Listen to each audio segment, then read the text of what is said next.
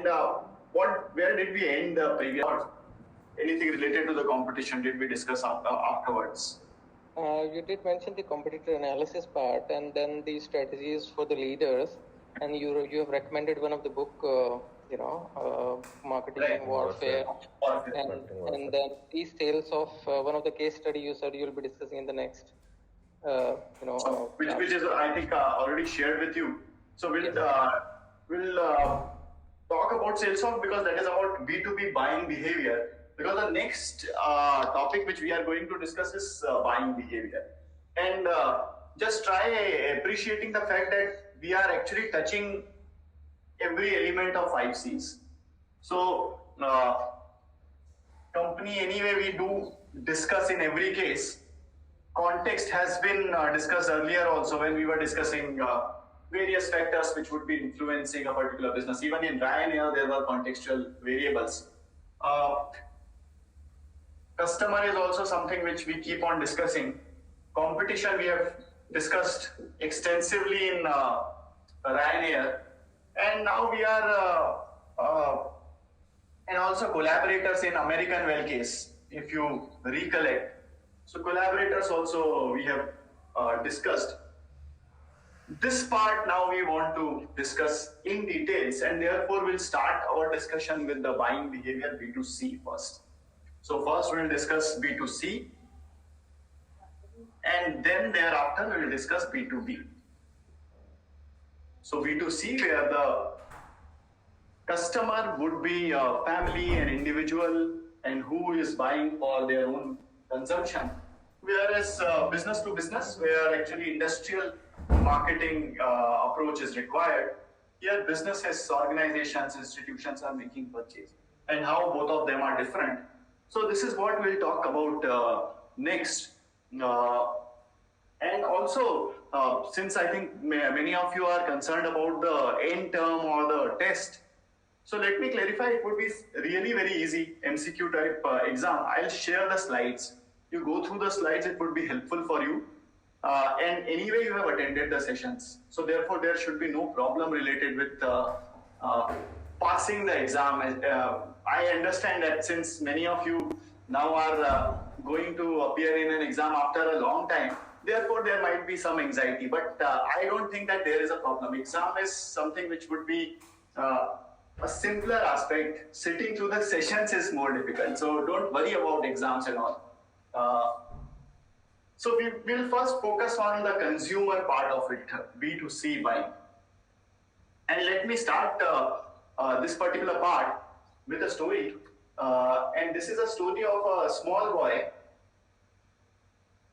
who used to live in Paris.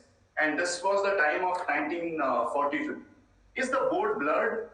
Should I think now it's okay. So let me call for help. So this boy used to live in Paris, and this was the time of Second World War, 1942. And the city was occupied by German forces, and this boy was a Jewish boy. थोड़ी सी blur हो रही है screen.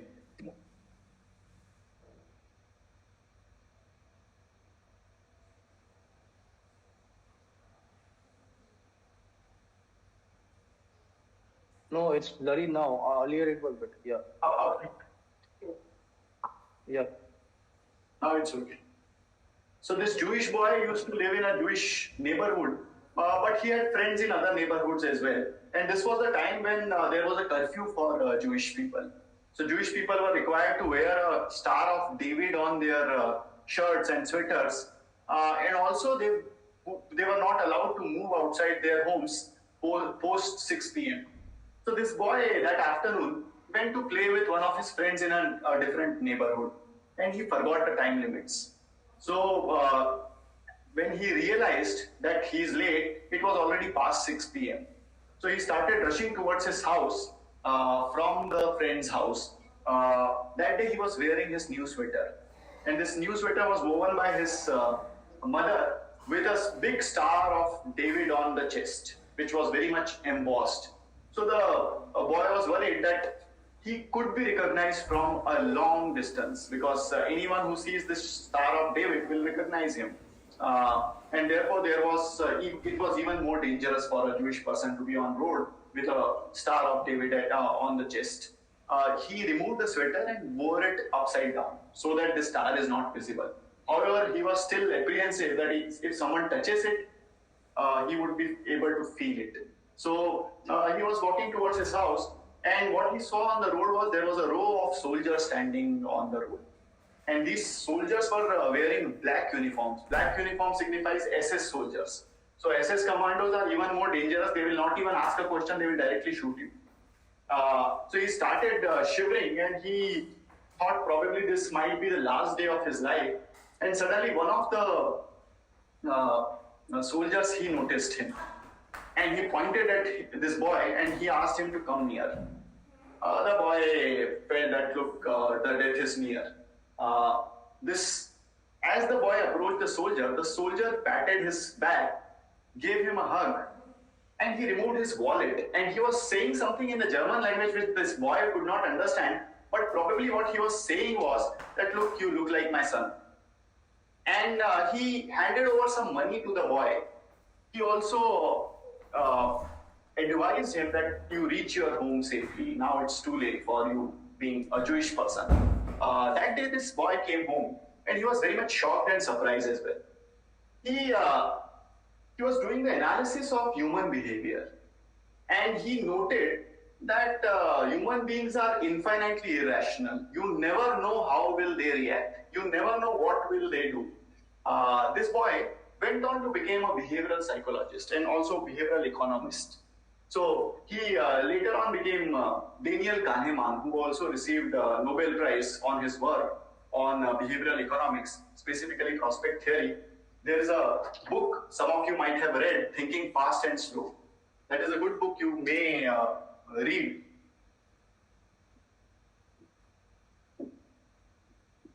So Daniel Kahneman dedicated his life studying human behavior, and a lot of his theories are used by marketers now.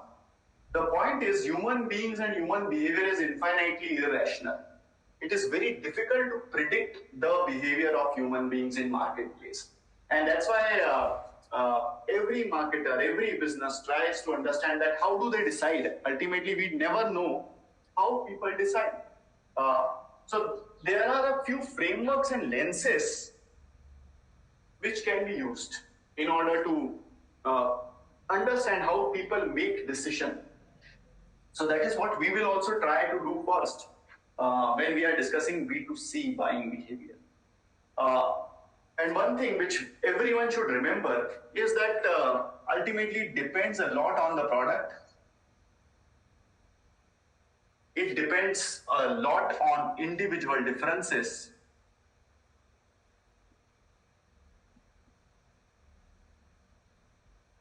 And it also depends on the context in which a purchase is made. So these are the factors which influence the buying behavior. It influence the decision making by a consumer, because when consumers are making decision, they are processing a lot of information and then they are arriving to a decision, right? So it might depend on which product, which individual, and what would be the context, every other behavior. Because same individuals can evaluate same product differently. That is because of individual differences. Product in same product category, but might have a different evaluation parameter, depending on the perceptions which you have created. Depending on the context, people decide. So for example, let's say if someone is getting married and they want to buy a suit or a wedding dress to be worn in the marriage reception, what do you think about their willingness to pay? How much are they willing to pay? High or low? High. Very high. But why high? There is no limit. Will they be able to wear the same dress again and again? No. But still they are willing to pay a lot of money on a specific occasion because they think it is very important. So depending on the context, their willingness to pay, their approach, they will take a lot of time in deciding. A lot of trials will happen, and then thereafter only they will say that, look, this is what I will be wearing. Whereas this is to be worn only at one time mostly. So you cannot wear the same dress in to your office, to other occasions, etc. It looks strange. So context actually decides how the product would be evaluated, what would be the willingness to pay, how people will behave. And specifically individual differences, there are people with different personality traits. Some people apply logic, some people apply emotion. And that is also, that also makes people having a different approach towards buying. And also product categories, there are different product categories. For example, if you look at utilitarian products versus hedonic products, how do we differentiate between the two? Utilitarian products versus hedonic products. Anyone would like to?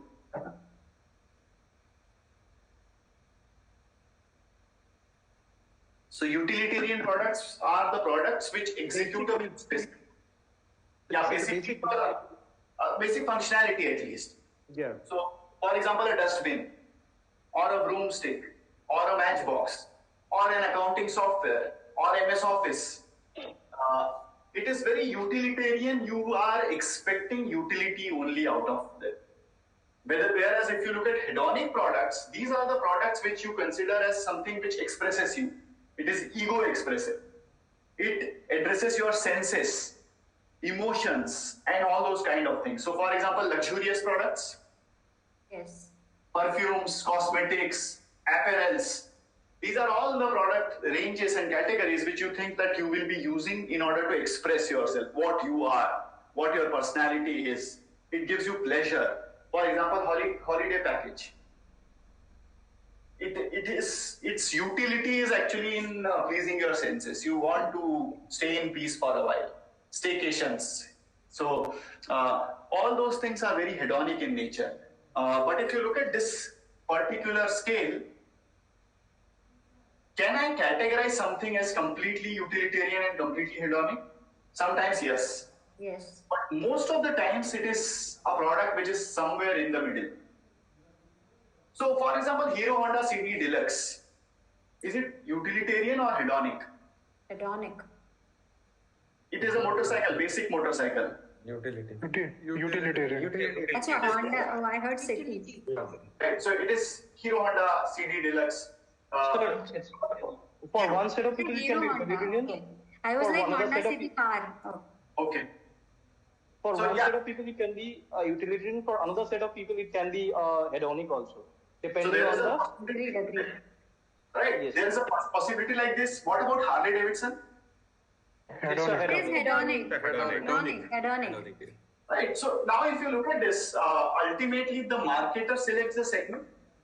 The marketer selects what should be the perception of the buyer towards their product. And depending on where I am placing or positioning my product, the associations develop because of my marketing effort. And therefore, now going back to our Nirdosh discussion, I have to define my product and market very carefully. This is a different product and market, this is a different product and market. And therefore everything, so if you define that I am a motorcycle manufacturer, probably it is a very vague definition. Ultimately, you are also required to define the product in terms of which need are you addressing, which need are you satisfying.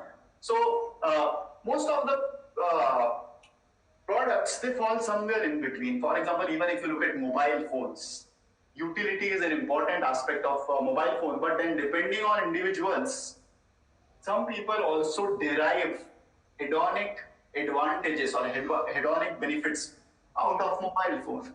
Yes. So, for example, expensive mobile phones or a Samsung Flip and Samsung Fold or an iPhone, right? So, if you look at that, that also addresses these kind of needs, ego expressive needs.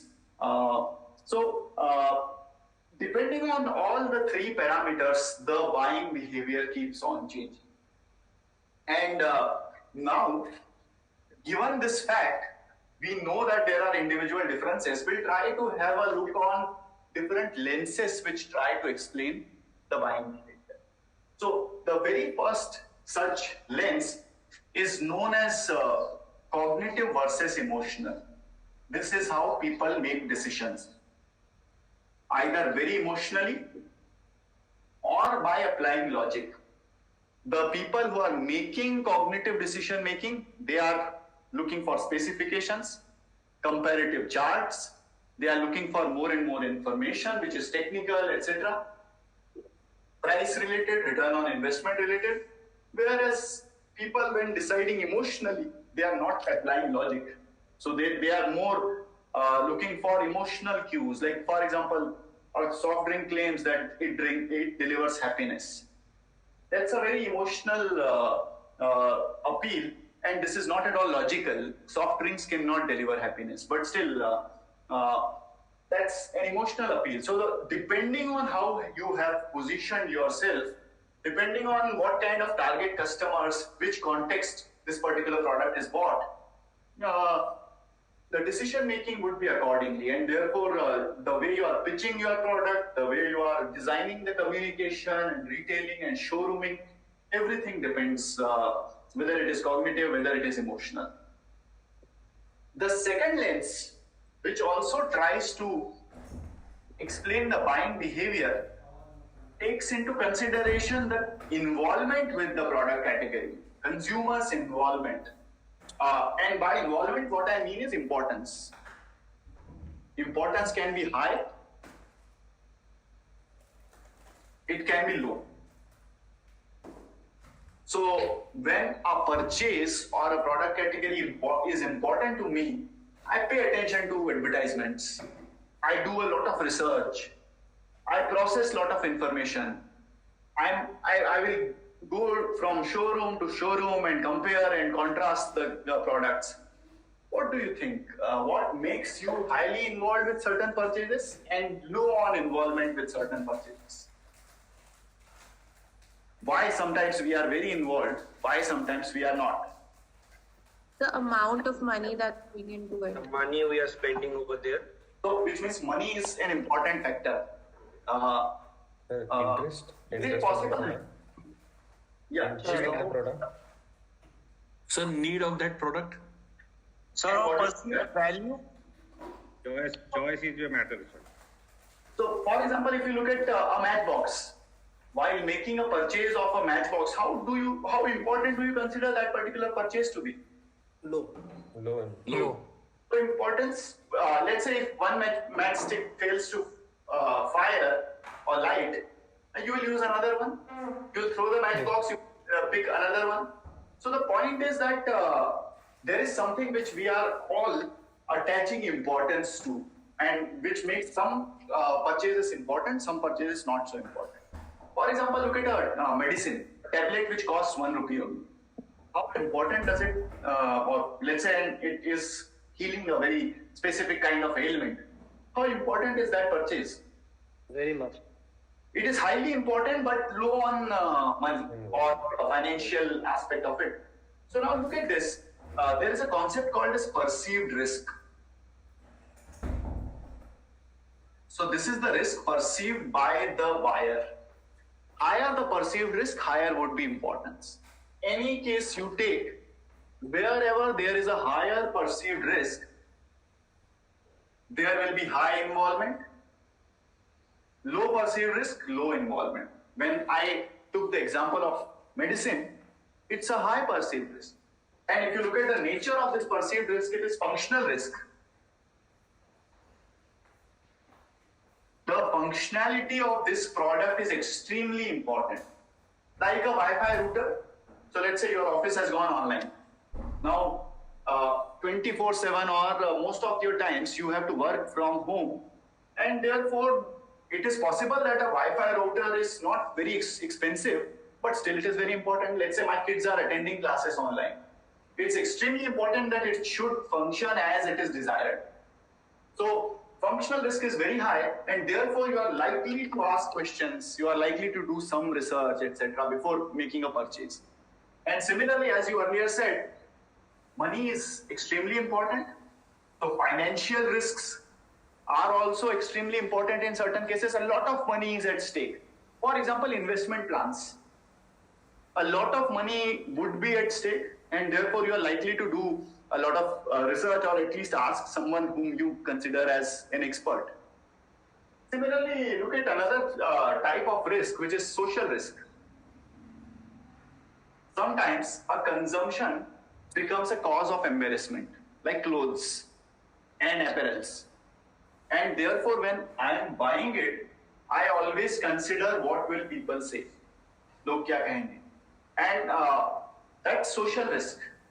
So, whenever these risks are high, some of them, all of them, any of them, then my involvement with the product category and the purchase automatically becomes higher. Because now I have started considering this particular purchase to be very high or very important. Otherwise, it may not make any difference. As I took the example of Matchbox, or for example, a broomstick or a tissue roll.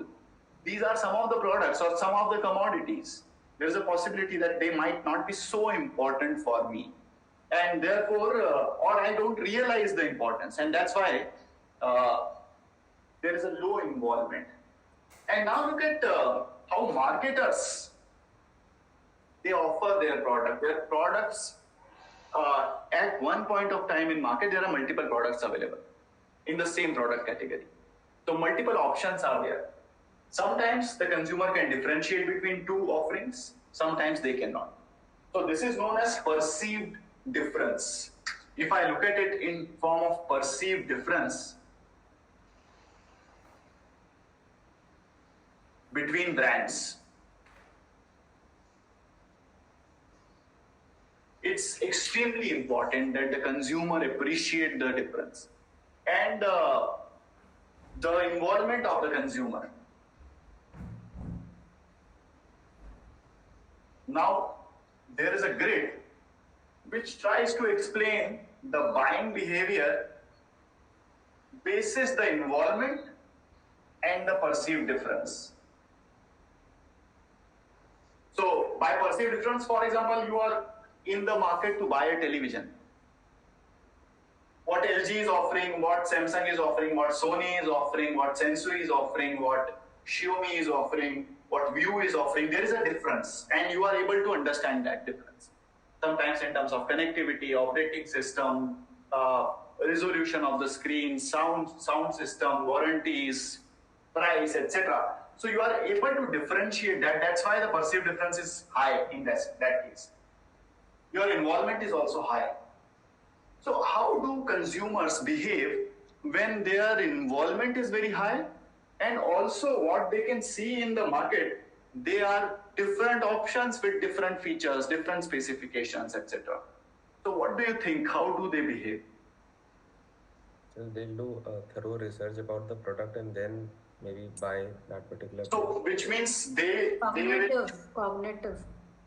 They will do research, logic, etc. They will apply, they will take a lot of time. Yes. And so a lot of comparisons would be made. Yes. Lot of showroom visits, etc. Will happen. And then only they will arrive to a decision. Ask people also here. They will also do research, like explore everywhere. Once you buy this and you start using this product, you are delighted. That particular attitude is also permanent. And let's say if your expectations are not fulfilled, you are very angry also in this case. So the attitude formed as a result of this particular buying process would be more or less permanent. You are likely to write on social media. Yes. If it is not good, you are likely to give a negative feedback. So this box is known as complex buying behavior. Complex buying because all of these processes are followed. Complex buying because ultimately you are receptive to differentiation. So this is the box which is very good for marketers because if you have created a differentiation, people are receptive to that differentiation. They know that look, this is a different offering. this is a different value proposition. I know where is the fit. Whereas if you look at this box, what will happen in this box? My involvement is very high. It is extremely important for me. But somehow everything seems to be the same.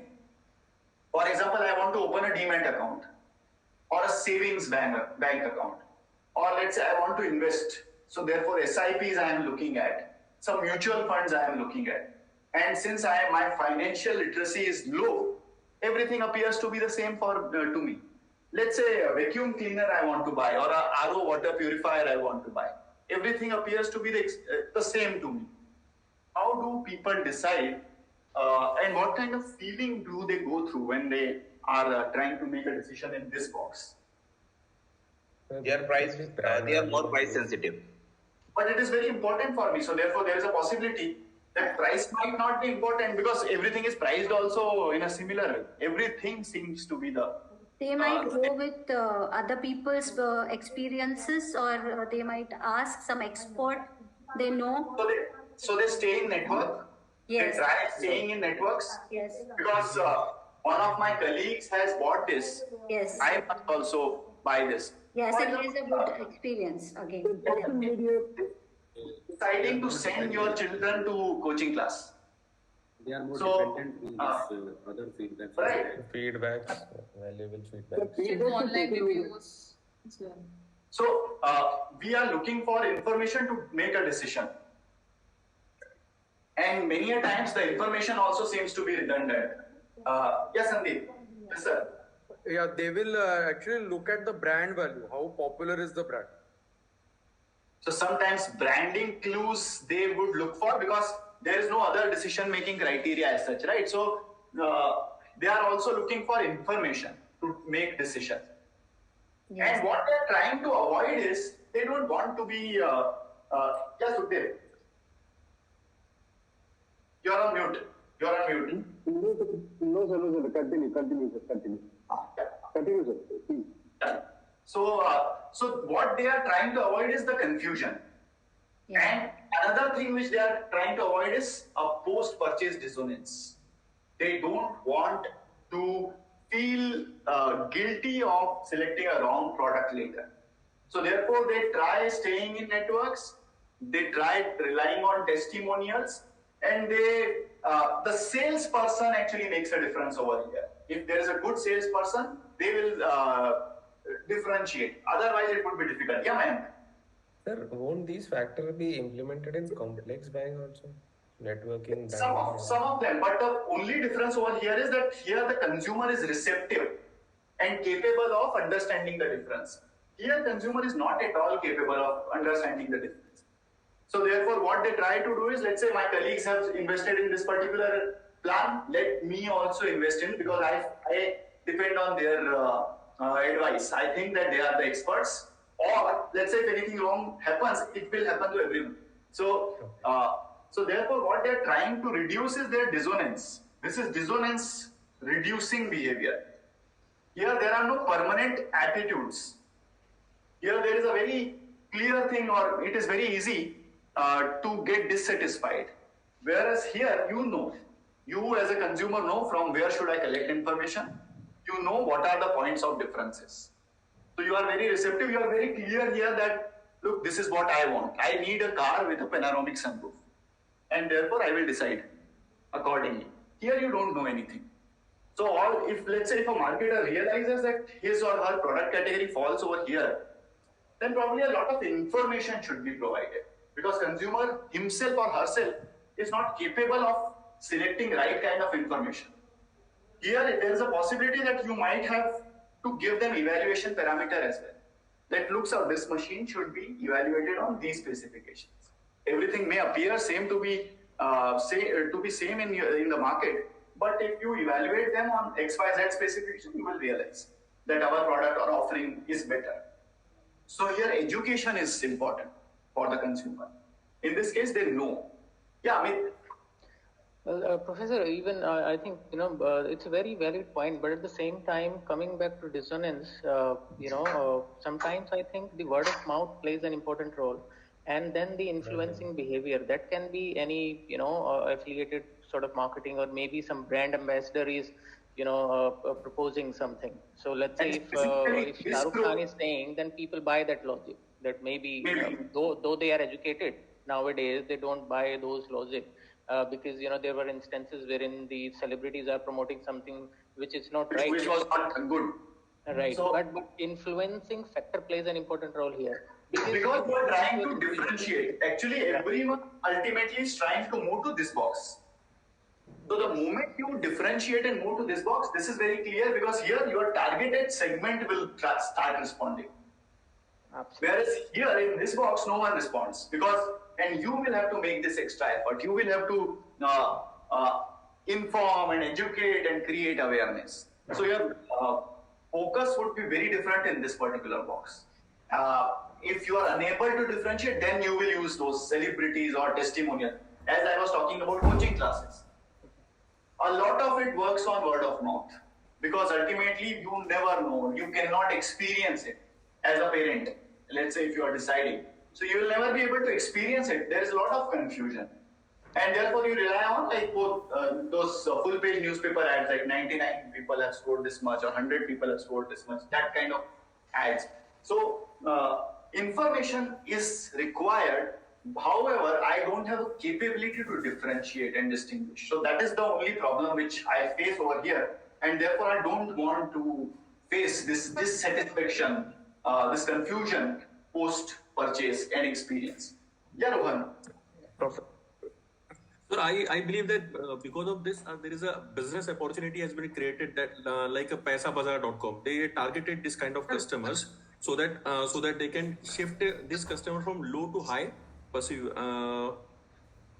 think so. That is a way. Generally, they also identify the opportunity for the business purpose. That way, can provide consultation and a lot of filters to actually evaluate the products, right? So, and if you yourself as a marketer can provide that, that would be helpful. So, for example, let's say if my moment of, or I realize that look, my product actually falls in this category.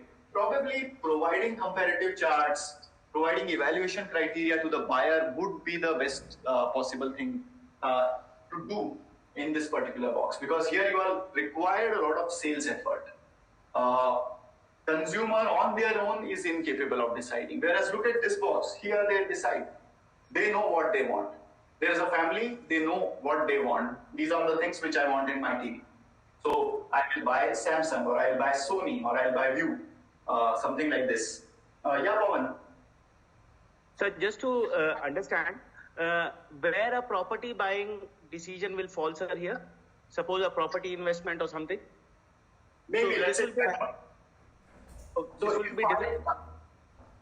Right. If I don't have clarity in terms of what I want, then probably it would be here only, because everything will appear the same to me.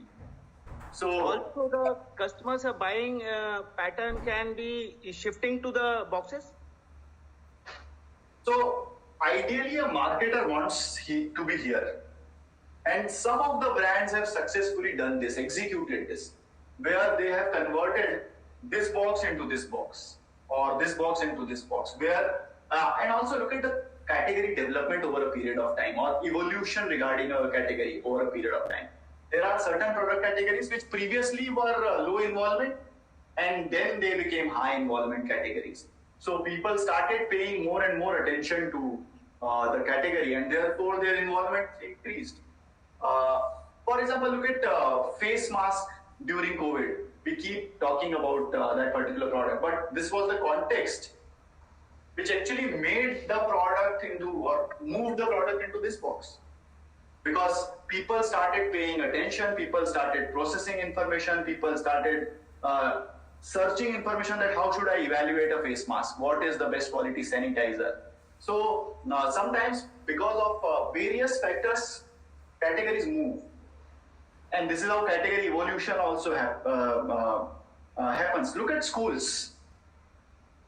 30 years back, none of the parents would do a market research before admitting their children into a school. Now people have started doing that. Suddenly the category involvement has increased. Previously government schools, Hindi medium, English medium, other vernacular mediums, there were there was not so much sensitivity amongst the consumer or the parents. It has increased over a period of time, maybe because of some contextual reasons, but that has increased. And therefore, now the way they decide is very different. They know the focus should be on activity. This school is good for football, that school is good for extracurricular, that school is good for JEE preparation or something like that. So the point is, categories move. Sometimes automatically, sometimes because of the some of the things which marketers do. I'll also cite an example once we discuss all the boxes. So there is a possibility that categories move. So just to take the reference of our Nirdosh case, can that be possible? Possible means? Means shifting the boxes and we can create that demand. You need to know what you are selling. As I said earlier also, product market definition, if it is clear, there is a possibility that you may be able to engage the buyer. You may be able to involve the customer. Depending on the benefit which you are providing, the involvement will be high or low. Depending on the benefit. Yeah. So, Professor, 1 second. Guys, those who are not talking, please can you go on mute? The voice is getting, there are been breaks. We are not able to hear in between, like whenever there been multiple people are unmuted over there. It's not about pinning professor's screen. It's about hearing the voice properly. Yeah, and also like it is not every participant is visible to me, so it is difficult for me to put everyone on mute. So if you can put yourself on mute, it would be better. Yeah, Arpita. Thank you, Professor. The thing is, yes, I also believe for the dissonance, for an entire sector in India specifically falls under the sector that is education. Not only for the schools, as like my company is also like working in that sector only like completely for the dissonance sector and trying to making it into the complex buying, because this is just not about the school. It's also falls for the tuition as well as for the college. Yeah, all kind of study. The entire education sector is in this because still the parents, they don't know, they are still confused, and they believe moreover on the word of mouth thing, like how the other parents are telling or how they have been. In this particular box, let's say if you do a significant innovation, your innovation will not be accepted. So that is also one more difference. If your product falls into this category, yeah, even if you have done anyway innovation which is very relevant for the buyer, but buyer would not accept it unless educated. To bring so this, it requires extra marketing effort over here. Not only marketing, sir, it also requires lots of awareness. Actually, I'm working in this sector only. So that is why marketing awareness, education, educating the parents about these sectors and how we can help them, how we can provide a solution. That is also like in a very high terms, we have to work on this thing. Right. Yeah. Welcome. So Professor, being discussing on this, so this consumer, we can keep in a mid funnel, right? Because they have a need, but at the same time, they can't make the decisions because of the informations and all, right? Like on a consumer funnel. So they are ignored, they are under ignorance. And second thing is, everyone in the market or in the industry is actually doing same thing. So there is no point of differentiation as such. For example, look at building material. Many a times it is very difficult to decide. So consumers take superfluous cues. For example, if you look at bathroom fittings and kitchens and building material, concrete, cement, all those kind of product categories, it is very difficult, and therefore many a times you are completely dependent on the dealership and the retailer. So what marketers keep doing is they keep doing channel management. But then there is a possibility to do consumer management also at this point of time, because if you become a consumer brand, there will be a pull from the market. And you will become a consumer brand only if you provide them with the evaluation tracking. This is how this product category is evaluated. This is how it works. So it is partially because of the ignorance of the buyer, which you can overcome. But at the same time, because everyone in the industry is exactly doing the same thing. So therefore, this becomes a problem. Not differentiating enough. Yeah, Sukhdev, you want to ask anything? No, sir, I just wanted to add that, post-COVID, empathy with the customer makes a point of difference. Maybe the post-sale behavior of a simple phone call to the customer, or some kind of, Reliance has come up with a rescue kind of thing. Or if I am aware that in a product which I don't know technically, if I am convinced that I can get something, something happens after the sale, there is somebody to take care of that. That can, take in the school also, the same kind of. People specifically require that kind of assurance. From moving upwards, that kind of, behavior, if we can have from the company, that helps actually. Right. So the consumer is looking for assurance. Yeah, we means listening to the customer after the sale helps a lot. Means it makes a lot of difference nowadays. Yeah, Prakash. Yes, sir. Particularly in the insurance behavior, I think the buyer, the purchaser, who is going to buy a product or anything. So finding an influencer is on the consumer, right? It is better for the marketer to provide the influencer. So rather than consumer himself or herself identifying it, because what may happen is that the influencer may not tell them the information which the marketer wants to provide or wishes to provide. So thus here one has to be very extremely careful in what set of information is to be provided to create and make them appreciate a point of difference. The POD is extremely important. Now moving to this box where my involvement is low, but a lot of variety is there. For example, candies. For example, a lot of FMCG products, stationery products. There is a lot of variety. What does consumer do over here is, consumer tries different varieties. So sometimes I will try orange candy, sometimes guava candy, sometimes lemon candy. This is known as variety seeking behavior. Here the consumer is actually seeking variety. What should a marketer do over here? How does a marketer manage this box when they do know that my product is of low involvement but everyone is offering a lot of variety? What should I do? Attract with emotions. Using emotions of that. Create buzz using some emotion or emotional appeal, like hum chlormint क्यों खाते हैं advertisement campaign or happy dent campaign. But Professor, this buzz, emotional buzz can be done like for all other product as well. Like it is nothing with the lower. Nowadays, everything is using buzz, like emotional buzz, like whether it is a bank or anything. Specifically in this box, these short-lived buzzes are required to be created. That is what we are suggesting, that in this box, the short-lived, like for example, you hire Alia Bhatt. People will buy, but then thereafter people will stop buying because the category doesn't engage them. They keep on trying. They are variety seeking. They are not loyal to anything. Now look at this box. Here I start commanding loyalty after some point. But in this box, you don't command loyalty. People are variety seekers. They are. It's a particularly impulse products. Decision at the purchase time. You may moving with the friends and taking cold drinks, chocolates, candies. It's the impulse product. Decision at the taking time. It's taking the consuming 1 to 2 minutes or 5 minutes. Therefore, you also are required to control the visibility. Yes. And availability of the product.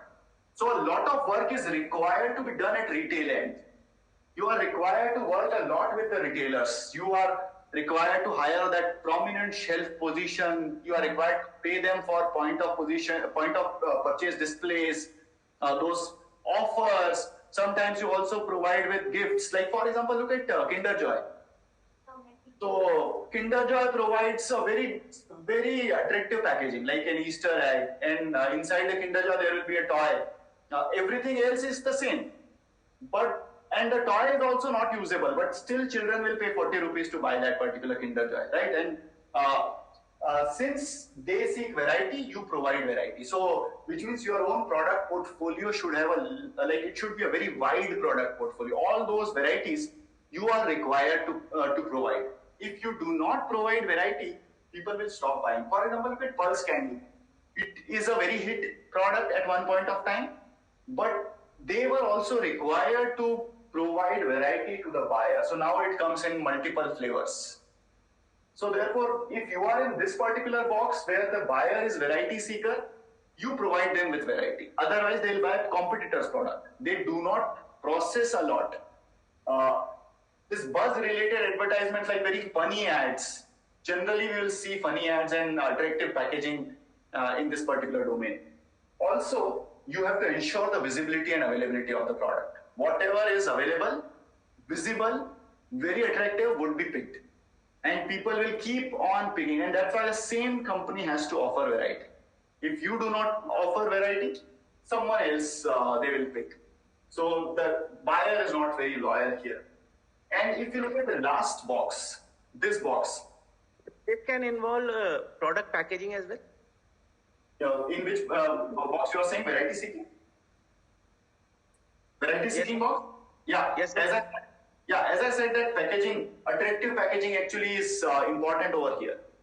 The way you are packaging also makes a difference, because otherwise there is no differentiation. Every other player is capable of doing the same thing. So here, if you look at this box is specifically for commodities. The involvement is very low. Everything is exactly the same. So therefore, all works over here is incentivizing the retailer, shelf space, price, competitive, also the availability in terms of continuous replenishment is required, which is somehow similar to this. But here the buying behavior which a buyer demonstrates is known as habitual buying. They are not at all loyal to anything. They will just pick whatever is available in the store. So it is picking behavior. I know that a tissue roll is always kept in a specific shelf in the superstore. I will walk towards that. I will pick whatever is available. I have no attitude towards a brand. I don't know anything about the company. I am not seeking information. I am just picking whatever is available. And therefore, the retailers should be incentivized. The shelf space you need, space like your product should be available and it should be easily visible to them. Continuous replenishment of your stock is required. If there is a stock out, no one actually waits for your product to come. They will pick whatever it is or whatever is available at that point of time. No differentiation. You are completely commoditized. This is not a good space to be, because the channel has a higher bargaining power in these cases. They may decide to keep your product depending on margins and incentives available. So therefore, this is not a box where I should be. Yeah, Gautam. Bonus, like whenever consumer feels there is any brand is giving extra bonus, extra offers and all, like in this particular box, they will go for. That is fine, but they may not pay attention to that also if they are not at all involved. So even they will change to another brand. The next time there is another bonus from another brand. So because they are not even price sensitive in many a times in these boxes. So they may not. This may not appeal. And now, since I was talking about like successful migration of certain brands from this box to this box, look at a category toothbrush and toothpaste. They have completely successfully migrated from being a commodity to becoming a brand. Now the consumer, and 1950s it was considered to be a commodity. 1950s, toothbrush and toilet brush were not differentiated. Toothpaste was only like a soap. But now everyone knows that, look, do I suffer from cavities or plaque? I want to remove, or is it about gums, or is it about sensitivity? I know what kind of a bristle size suits me, what kind of a head shape of a brush suits me, when to change my toothbrush, etc. I have started paying a lot of attention to this. The category successfully migrated to this box. And look at salt. Since ages, economics researchers are considering salt as a commodity. But look at this now. If you visit a supermarket, you will see that there are multiple types of salts available. There is rock salt, there is pink salt, there is salt with low sodium, there is salt for some other purpose, there is a catch dispenser. So ranging from 25 rupees per kg to 150 rupees per kg, you will find salt. And there are significant number of buyers for each of those categories. So that buyer is engaged and the category has moved to a different box. So therefore, there is a possibility that you will move to a different box, but effort and innovation is required. Disruptive products are required to be introduced. Yeah, Taran. Sir, I have a query like the online platforms like Car Deco or Policy Bazaar. So right now we are talking about the products that are physically available in the market, but online services like what Car Deco and Policy Bazaar provides, how to put them in which bucket? Like if we want to analyze like which bucket it will fall under. Depending on involvement. For example, look at Car Deco versus Spinning, right? And Cars 24. Ultimately, if I am there in the market to buy a used car or to sell my car, everything appears the same to me. And all I respond to, let's say if I have to sell a car, all I respond to is highest bid. And the convenience of the entire process, the trustworthiness. So which means everyone is here. Ultimately, the buyer is confused, the seller is confused, the consumer is confused. I have installed all the apps. Now look at Spinning. They have involved cricketers. So Sachin Tendulkar comes. Sachin Tendulkar actually commands a lot of credibility in India. And therefore, they are trying to differentiate. So their product, which is an aggregator app or a buyer and seller app, that is how they are trying to differentiate their proposition. Also, if you look at the ease of getting your vehicle evaluated and then thereafter transfer of the money. So credibility is a differentiator in these cases. People may say that, look, there are certain apps which might not be credible. For example, look at OLX. There were a lot of questions about OLX at one point of time. There were a lot of negative news also. And therefore, some of the people started distrusting them. So the point is, even if it is an app, it can be anywhere. For example, look at gaming apps. They are here, variety seeking. When on our mobile phones, we keep deleting gaming apps. We install them, we play for a while, and then after a few days, we delete them. So those kind of apps are over here, where it is very frequently changed because people are seeking variety. Now, let's say if you are a gaming app manufacturer or a gaming app marketer, you should provide them with the same variety. Otherwise, they are not engaged at all. So the point is people seek variety. If you are not able to provide them variety, even in apps, softwares, aggregation business, whatever they, or however they are processing information, their involvement may be low or high. They may be low on involvement, they may be high on involvement. So for example, look at the gamers, which are avid gamers, which pay a lot of attention to graphics and all. They might be here, the consumer, that particular segment. And if you're targeting them and you are providing those gaming products, then probably you will see a complex buying because these are the experts who are making the purchase. So even in that case, this theory would remain or hold true. Yeah, Pita.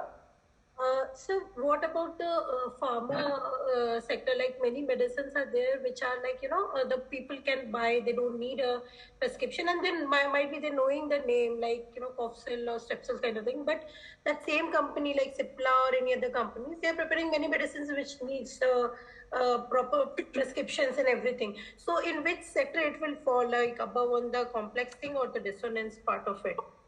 In that particular case, if you look at the scheduled drugs, if you look at all those drugs which require prescription, there the decision-making unit is actually completely different. Now, since we are talking about buying behavior, let's also talk about the decision-making unit, the DMU.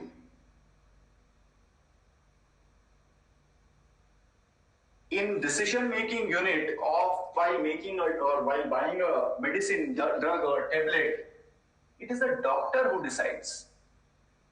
And doctors, however, the regulatory framework wants them to prescribe a generic drug, but still they recommend brands. And that's why, now look at how pharma companies have to operate. It is the influencer who is most important in that particular case. So even though consumer is highly involved, they don't face problems related with dissonance because there is an influencer who specifically tells them that, look, this is what you should be buying. The dosage, etc., every information is given. And that's why in that particular domain, it is slightly different from this. Here, it is not just the consumer which we are looking at. The decision-making unit comprising of an expert influencer who would decide what the consumer will buy, what they will consume. So therefore, that is slightly a different chemistry. Otherwise, wherever the consumer is making decision, this would happen. Sir, will that be same in over-the-counter drugs as well? So in over-the-counter drugs, let's say if there is a possibility of differentiation, you create that differentiation, people will respond to that. Now look at paracetamols and the high dosage paracetamols. Hardly 10 or 15 years back, these advanced versions of paracetamols were introduced, like Crocin Advance and then Calpol 650. So this is basis the consumer need that, look, there are people who may require higher dosage to cure certain things. And therefore, they launched this particular product, people started responding. Similarly, look at side effects. People have side effects and or some reactions to certain chemical compositions. And basis that you differentiate your drug. So I am offering a molecule, I am offering a medicine, but this is specifically designed for people who are sulfur allergic, or ranitidine allergic. So basis that I have differentiated, people are responding to it because there is a group, there is a possibility that it might be a niche, but there is a group who will respond to it. So people are highly involved, you differentiate, people will respond to it. There will be a group which will find some value in this. Yeah, Abhishek. Professor, is there any possibility that my consumers will fall into both the boxes? For example, if we take example of a car care products industry, and some of the customers are buying the products like a car shampoo, car bath, based on the feedback from their reference and network. Still, there is a segment who is very keen or specific about the product formulation, product description. So, how in that case, how we will put them into which type of boxes? That's fine. Now look at, let me share one slide, and I will also put this into the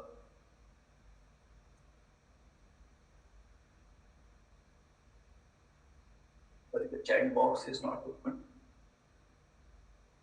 So I am putting this slide into the chat box and I'll open it also.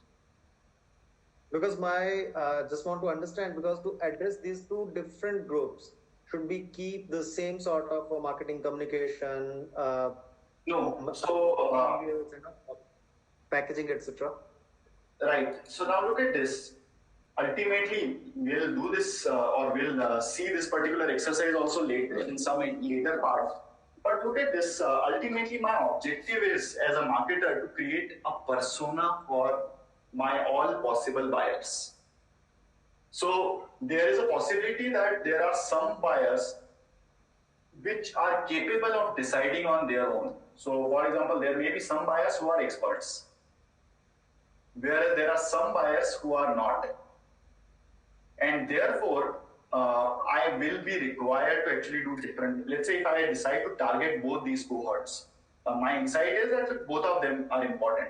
In case someone says that, look, I am not doing business with anyone but experts, then probably there is no question.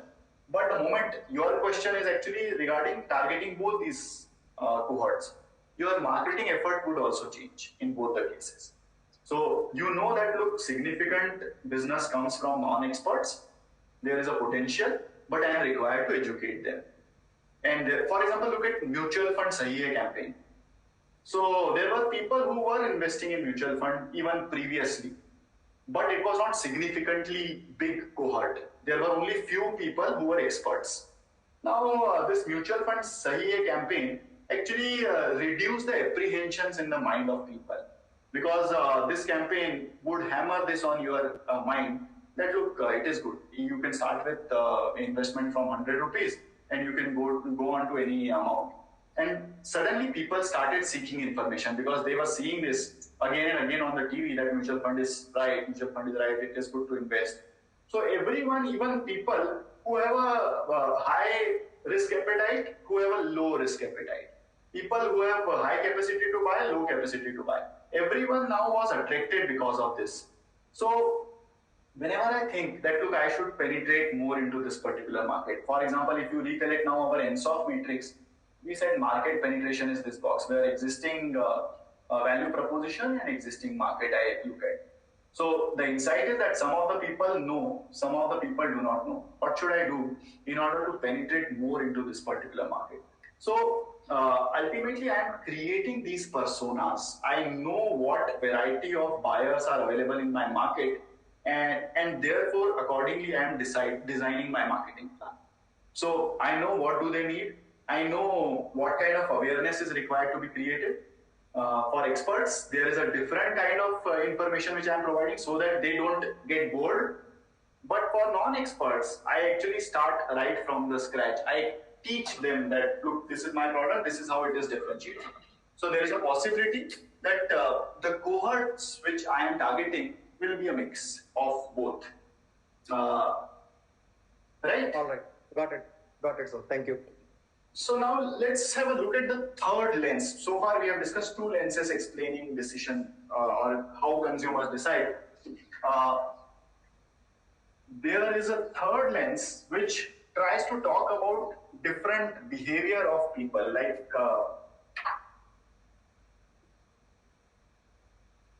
optimizing versus satisficing. Satisficing means good enough. So in this case, people know what is good enough for them. Suffice and satisfy, it's a amalgamation of both. In this case, they don't know. And therefore, they keep evaluating. For example, buying property, often people want to optimize, or people are optimizers. They don't know what is good enough for them. Even getting married, people try to optimize, therefore they never decide. They never come to a conclusion that this is the suitable person. So optimizing versus satisficing, the marketer is required to again provide benchmark in this case. When you realize that, look, I am in a business where people are incapable of deciding because they want to optimize on every parameter. The location should be good, the price should be the best, terms and conditions, it should be near my office, it should be near my school, the children's school, etc. Market also should be there, corner property should be there. So the point is, here you are required to convince them by providing them information that, look, what is good enough for them. Otherwise, they will never decide. They will take infinite time to decide. So a very well-trained sales force and systematic literature to be provided to the consumer would be often required in this case, because otherwise it would be difficult for them to decide. They are always trying to optimize on every other front. They are doing a lot of bargaining and negotiation with the seller. So this is also one type of customers and one criteria of making decision. They are trying to optimize. We are trying to make them realize that, look, this is good enough. So these are the things where you should focus. This is best in this value proposition, and therefore maybe it is good. Now the fourth and the last lens is compensating versus non-compensating. Now here I am talking about value propositions. Here I am talking about a lot of features and specifications which you are providing. So a compensating value proposition would be where one feature, actually lack of one feature, is compensated by other. So for example, let's say if you are looking for not so expensive mobile phone, but still there is one which is slightly expensive, but this lack of cheap price is compensated by the style and features which they are providing. So therefore you may go and make this compromise. Whereas let's say if you have specified certain features, like for example you want i7 octa-core processor, you will not compromise on that one. So then that is something which would be a deal breaker. The buyer would not compromise because nothing compensates for lack of this feature. For example, let's say if you are looking for a 4x4 car, and that is your requirement. You do a lot of off-roading, and therefore this no other feature would be able to compensate. So when I am in the market, I am developing my products, I need to understand this. What are all those features which are must be there? What are all those features which actually should be beyond?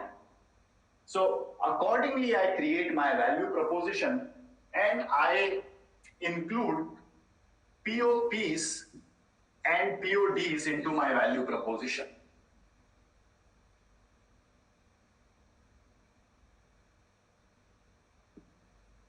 The POD would be a point of difference.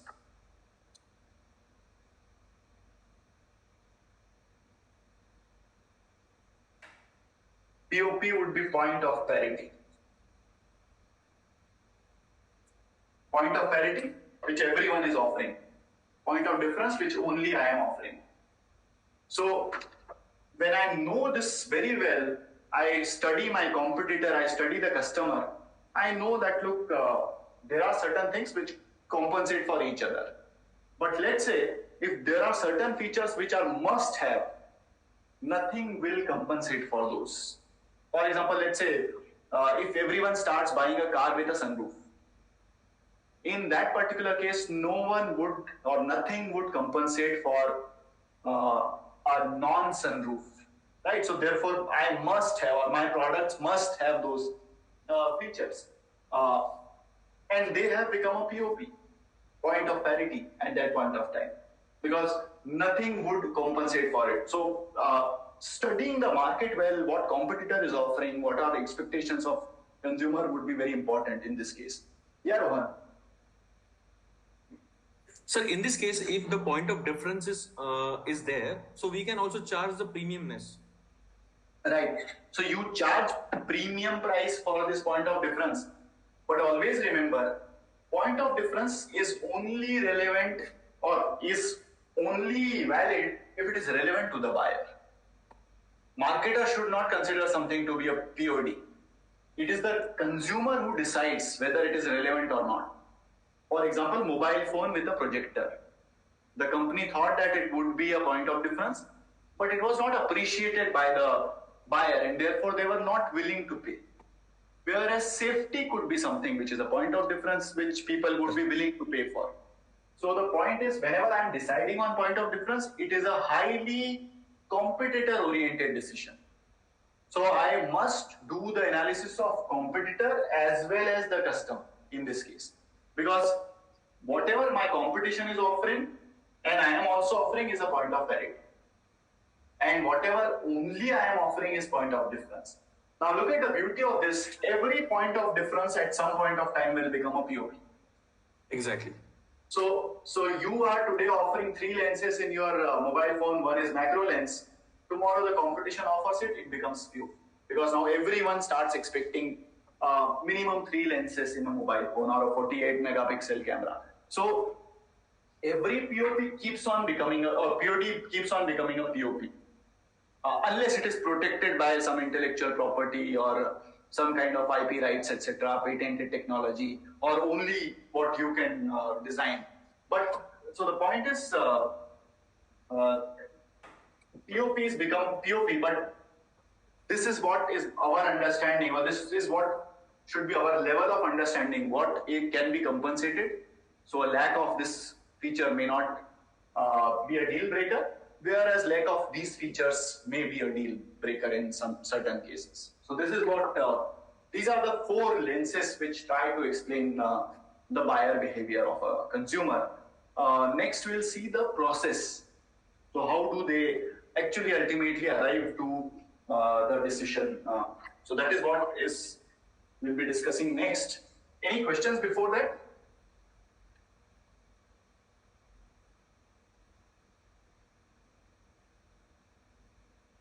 And again, when people are applying these, yeah. I had a question about the first point. When we plot a line between utilitarian and hedonic, do we say that a brand which has a weaker brand equity will always come towards utilitarian? Allow me to explain why I'm saying so. Like if we are talking about any product cycle, any product, it moves in product cycle. When it's launched, we always talk about the features, and then as it progresses, we take a glide to emotional quotient, and we try to connect to the consumers. So like in the example, if we say take a different bike in this, like not Hero CD Deluxe, if we take Hero Honda Splendor, it talks about घर ले आइए भारत का भरोसा. How is it different when Harley Davidson says, ad copy says that screw it, let's ride it. So is it a possibility that both are hedonic in their own TGs? So now look at this. The communication in that case is hedonic. Okay. So the difference between the product category being completely hedonic or partially or dominantly hedonic and the communication being hedonic. Now try recollecting this customer benefit ladder which we created once in the class, right? We did that. And we said that you start with a very feature-based evaluation, but ultimately you move towards something which you value, like emotions. Right. And then there are different levels of associations. Now the marketer has decided to advertise at some of the levels of association. And that's why they are talking about Bharat Ka Bharosa. But Bharat Ka Bharosa is not the product, right? The product is ultimately economy. So you are evaluating, the consumer is still evaluating it based on fuel economy, maintenance, reliability, etc. And Bharat Ka Bharosa in a way is reinforcing this reliability, which is a very basic feature. Now look at the Harley-Davidson, the way Harley-Davidson and Triumph would be positioned. Their entire marketing mix is ultimately reinforcing this, what is hedonic, which means something which shakes your soul. There is a range of products coming with that particular product. For example, leather jackets and helmets and merchandise and accessories. And then there is a Pose ride, which is specifically designed for Harley Davidson riders. There is a club membership. So all of it is a lifestyle. It is not a transportation vehicle. It is a lifestyle. The entire value proposition is the lifestyle which the company is promising.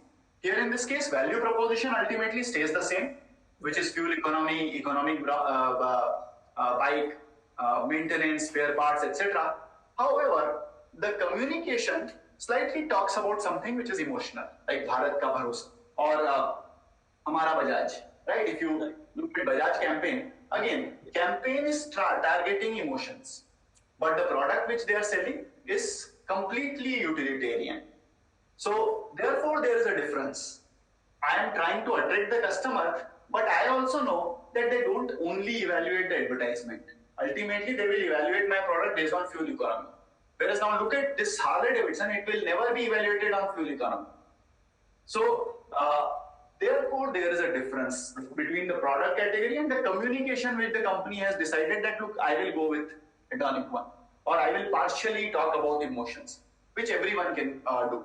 Now, the second part of your question. So, is it that every business starts with utilitarian and then gradually become hedonic? No. Again, that is your product category. Some product categories are inherently hedonic. For example, cosmetics. If you look at Nykaa, if you look at Sugar, they are all into that hedonic category. However, the communication their value proposition is also evaluated basis like price. So for example, sugar will give you smaller packs of cosmetics which can be tried on. And therefore it is very convenient for a specific audience, specifically students who need variety at a cheaper price. But the way this product is evaluated is always the variety in terms of like how will I look and how good is it in terms of will it react with the skin or will it be allergic, etc. So as we said, every product category is somewhere in the middle, from hedonic to utilitarian. You will have to find out where your category stands. Utilitarian dominant, hedonic dominant. Communication, however, you may decide to be completely hedonic. You may talk about emotions and patriotism and all those kind of things. But ultimately, it is the consumer who will decide basis parameters which will prove that the product is utilitarian ultimately. And therefore, the complete value proposition will talk about utilitarian aspects only. Got it. Thank you. Yes, Samir? So, Professor, when it comes to investment, right, where do we put into utilitarian or hedonious? Generally, it is utilitarian, but at the same time, the associations, and as I said, for example, life insurance, it may talk about family and safety of family or caring about family. That is the communication aspect of it. But ultimately, the product is a utilitarian product. Product is bought to execute a very specific task, which is I want a safe future. So it is not at all providing any benefit to my senses, or it is not ego expressive in any manner. It is a utilitarian product altogether. Communication, however, may talk about emotions, because ultimately that is the benefit which I am seeking out of it. I want to protect my family. So, or I want to enjoy my retirement. So something like that, which is a high level benefit, which can be associated with any product, like even a dustbin or a broomstick. But within itself, it is a utilitarian product. So basically, while doing marketing of investment product, we should play around with the emotion. If that is the insight, if you think that the consumer has these associations, and that's why, if you recollect this ladder, we said ultimately it is your decision to play at one of the levels of the association, because depending on which customer actually you are targeting and how are you positioned. For example, I think we did it for tires, right? In this class, we did this benefit ladder for tires, and we said that look, it starts with some technical specification, and then ultimately we are talking about durability and price. We are talking about safety, because safety is most important. I care about my family. I want to stay safe and happy.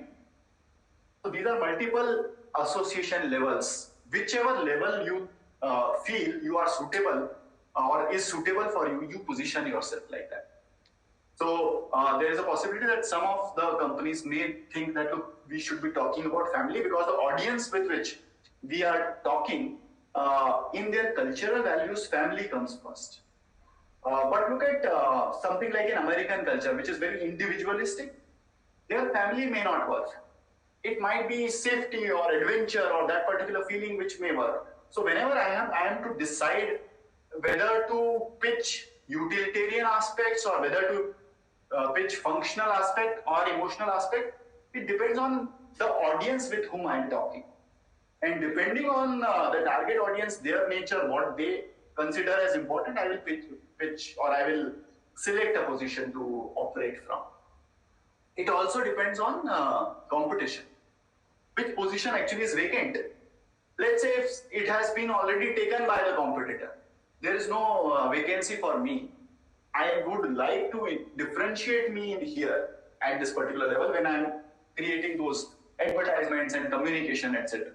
But let's say if I am dealing with an expert audience, maybe it is better to provide them with features and technical specifications rather than being very emotional in every appeal.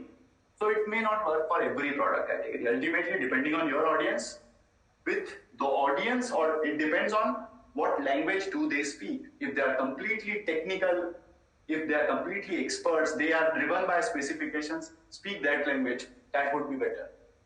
If these are audiences which like family appeals and all those kind of emotions, probably that would be the level at which I should be pitching the communication. So it's like, Professor, identifying the USPs of the product and then pitching it? The USPs should be identified basis my understanding of customer. Okay. So, because USP is, if it is considered as unique by the customer, USP is same as POD. So as I told earlier, POD should always be tested with the customer. If you think it is USP, if you think it is a differentiation, it may not be. It is only differentiation if the customer considers it to be relevant. If the customer considers it to be realistic. If the customer considers it to be important. So these are the three important characteristics of testing a POD or a USP. It should be relevant to the target group. It should resonate with them, which means they should consider it to be important. It should be realistic to them. Otherwise, they may consider it to be something like over-promise. So therefore, we should be very careful while deciding on USPs and PODs and operationalizing them using our communication. Not every communication is required to be emotional. Sometimes you may talk straight. For example, if I look at softwares, if I look at technology products, many times emotional appeal might not be required in those cases. So depending on my audience, I will go. Right, Samir? Thank you. So let's take a break over here. Now it's 11:55. Let's meet at 12:05. Okay, Professor. Okay. And just switch off the video and go on mute.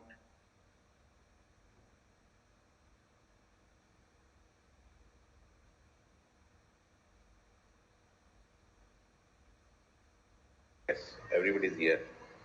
Yes.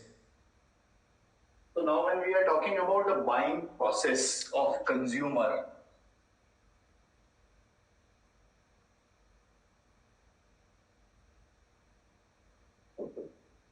always remember that ultimately it is the decision-making unit which is going through the buying process. So it's not necessarily an individual only. Sometimes it is the family also.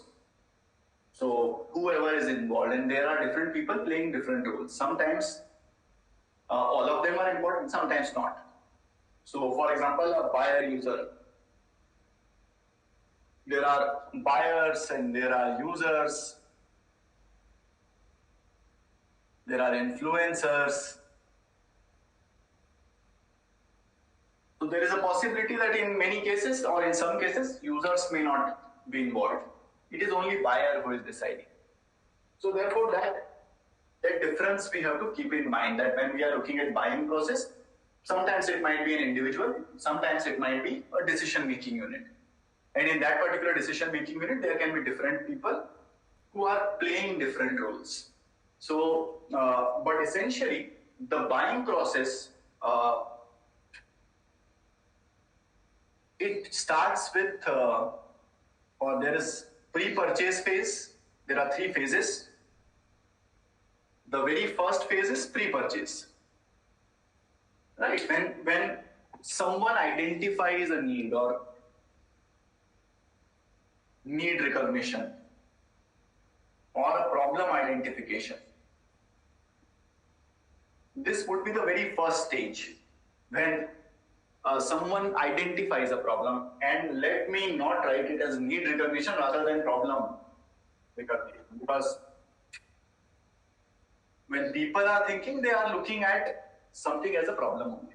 For example, the existing product stopped working. Or, for example, I need, or I think that, look, I need a new car. So sometimes it is very clear that I need a new car. Sometimes it might be very vague. For example, my son is not performing well in the class. So therefore, there can be multiple solutions: buying a book, getting a coaching class, changing the school, something like that. So you recognize a problem first as a buyer, and then thereafter you start doing information search.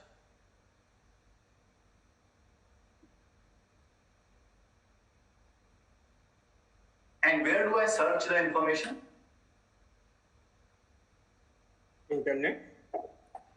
Internet, my acquaintances, friends, showrooms. Yes.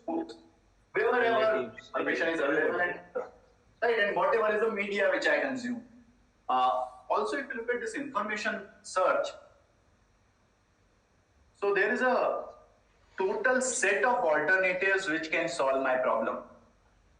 So this is the universe of all problem solvers. For example, let's say if we are talking about cars, all the brands which are available. But ultimately, what is important for a marketer? It is the awareness set.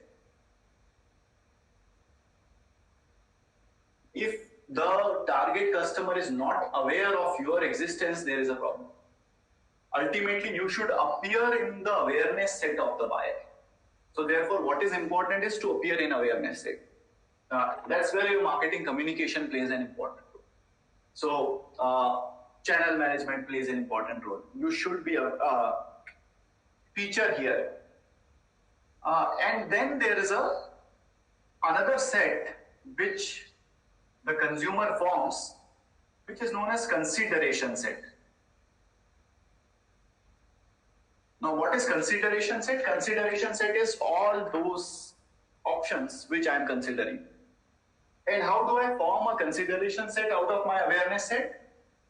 For example, buying a car. I know of a lot of car brands. How do I create a consideration set? By speaking with the existing user and take his feedback. Or on the basis of our specific need.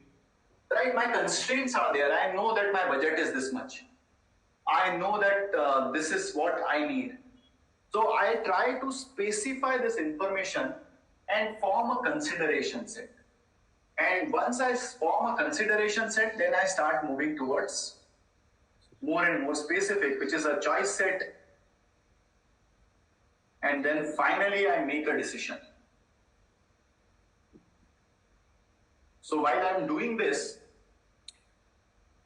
actually, the third phase of my buying process has started, which is evaluation of alternatives.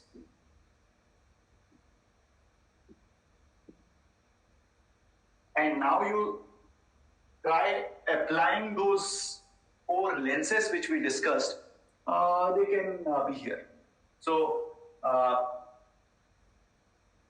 you can be cognitive, you can be emotional, you can be involved, you can be not involved, you might be optimizing, you might be compensating for some of the features which are missing. So the point is, these 3 are the pre-purchase phases. Sorry, Professor, to interrupt. Actually, all of a sudden my voice, I was not getting your voice for a few seconds. The total set you were telling something I was not getting.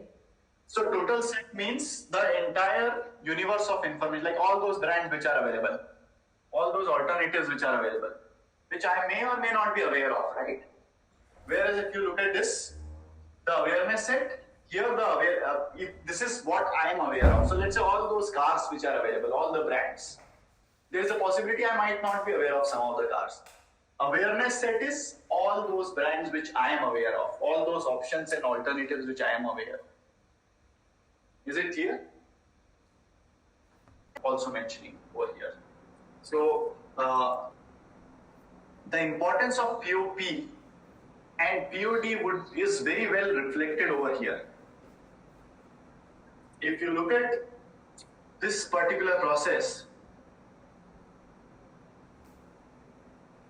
consideration set to choice set. Now I have created a criteria. I'm considering certain options, but I am also evaluating them that whether they are at par with the other options available. So for example, let's say my minimum requirement is car should be at least 1000 cc. at least 5 people should sit comfortably. At least some 300 or 400 liters of boot space should be there. Ground clearance should be, let's say, some 160 mm. So now this is a POP. Every other car which meets this criteria would be transferred to choice set.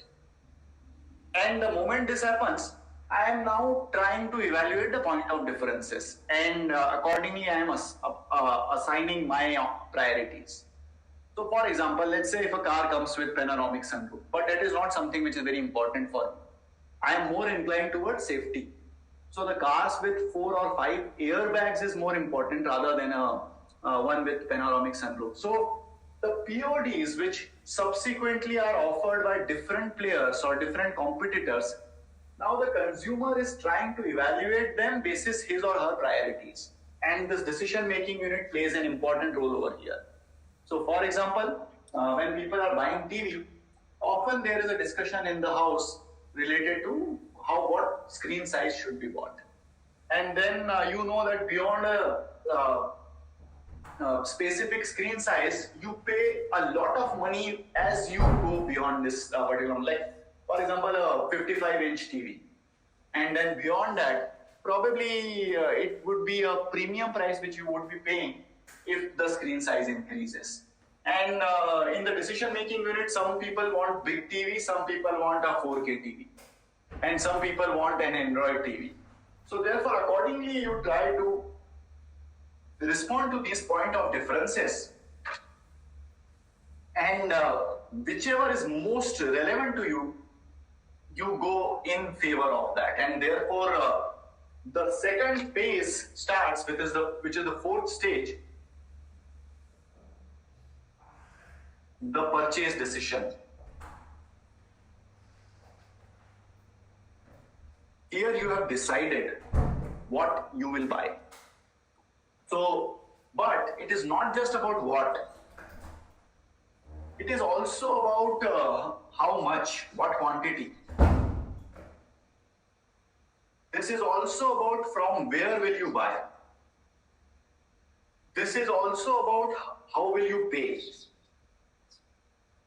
So the purchase decision is not just what will be bought. It is also about the quantities. It is also about the channel from where it would be bought. It is also about the payment or how people decide to make the payment.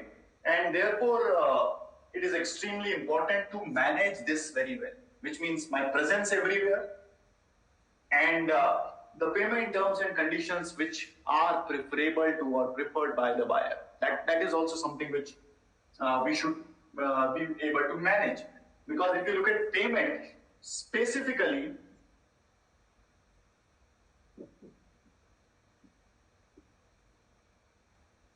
people are likely to feel pain or gain basis the way they are charged money. This is what mental accounting means. So will you be charging them money using credit card or EMIs you will provide them, or you accept only cash? Will you charge in advance or later on? All these kind of things are important. And so is the channel. Is it available online? Is it available offline? Is your product something which requires a lot of tactile evaluation, which means touching and feeling the product to evaluate?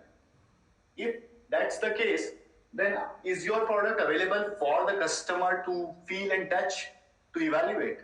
What about the pack sizes which you have created? Because depending on the quantity which they are likely to buy, you should be creating pack sizes. Their willingness is also a function of how big or small the pack is. So what different customers are targeted. So the point is all these are required to be managed. Now if you look at mental accounting means all of us in our imaginary mental accounts have allocated money for different activities. So for example, there is some money allocated for education, entertainment and food and recreation, future investment, etc. So we have created those imaginary accounts based on, and therefore all our fund and wealth is divided like that. Whenever we remove money from one of those accounts, it is not so, pleasant to pay money, right? Ideally, I don't like paying money, but I have to pay when I'm making a purchase. So this particular theory actually talks about pain in payment and how can a marketer reduce the pain in payment.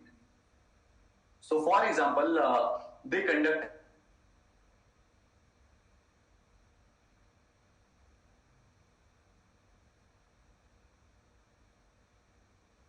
Hello. Hello, Professor. Hello. Hello, Professor. Voice is broken. Yeah. No sound. Now it's done. Now it's okay. Yeah, for last 1 minute it was freeze. Couple of minutes. So let me call for the help and I'll inquire whether there is a problem. Now we can hear you. We can hear you. Now it's okay. Now it's okay. So did you hear missed the last one?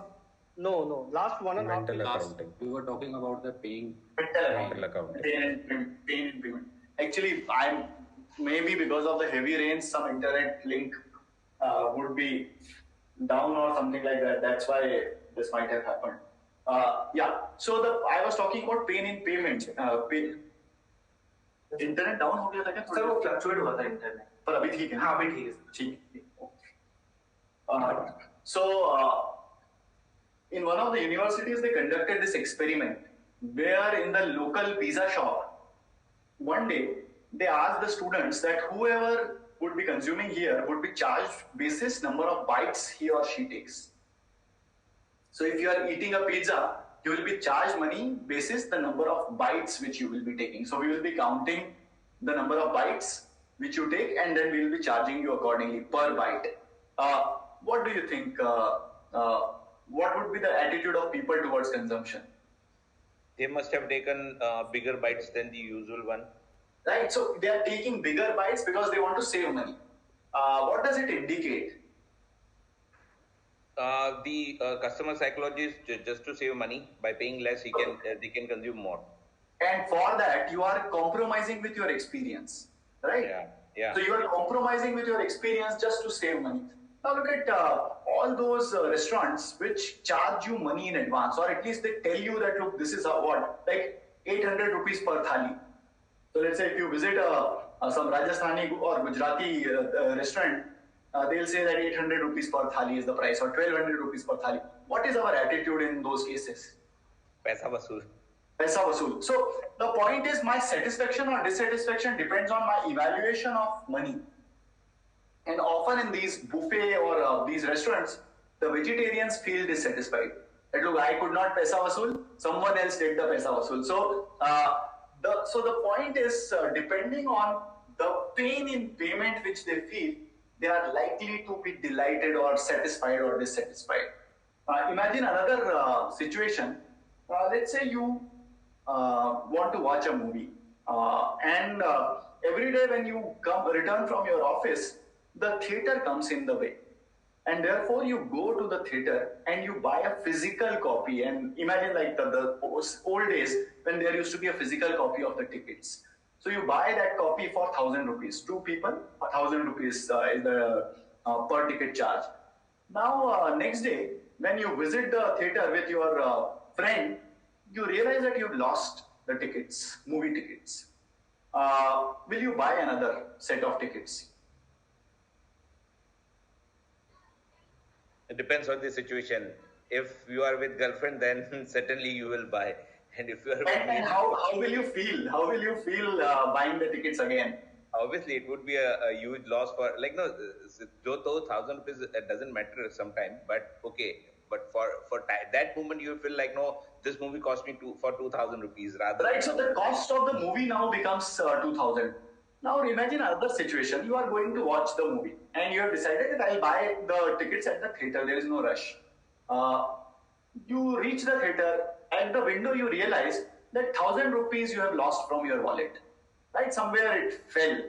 Now 1,000 rupees, you were sure that look, there were 5,000 rupees. Now it is 4,000 only. So you know that 1,000 rupees. Will you still feel that the movie costed you 2,000 rupees? No, because that 1,000 rupees I didn't pay for ticket. It might have Right. come from my pocket. Yeah. Now look at this. Actually, the loss is exact same, but the perceived loss is very different. In one case, you consider movie to be costing 2,000 rupees, In another case, though the money spent plus the loss still is 2000, but you don't attribute the loss to the movie watching process. So this is how mental accounting works, and therefore it is very important for the marketers to understand it while deciding their prices, while charging their prices, because pain and gain ultimately is a function of how do I perceive the consumption process to be. And therefore my willingness to pay is also shaped. For example, there is a possibility, in first case, you may think that, look, this movie watching is 2000 rupees now, I will not eat during the interval. So I will save money by not buying this expensive popcorn and coke. So your attitude towards spending money and willingness to pay has completely changed, because previously the money was lost from your perceptual mental account, which was movie watching. But in the second case, you may still say that pata nahi 1000 rupees kahan gir gaye. So therefore, movie has nothing to do with that. Whereas the loss otherwise exactly in terms of quantity was the same. So this mental accounting is an emerging field which marketers nowadays have started paying attention, more and more attention to. The way they are charging money, etc. And the last, third phase, let's say first, second, and third, which is the fifth stage, is post-purchase behavior. If you look at this,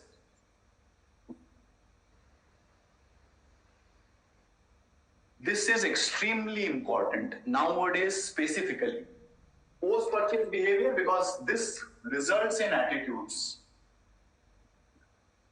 This results in loyalty, which is also an attitude ultimately. This results in behavior in terms of word of mouth. So also repeat purchase, also cross-selling potential, also a relationship, you can grow further. So post-purchase behavior is something which is, because generally marketers think that, look, this is where the thing ends.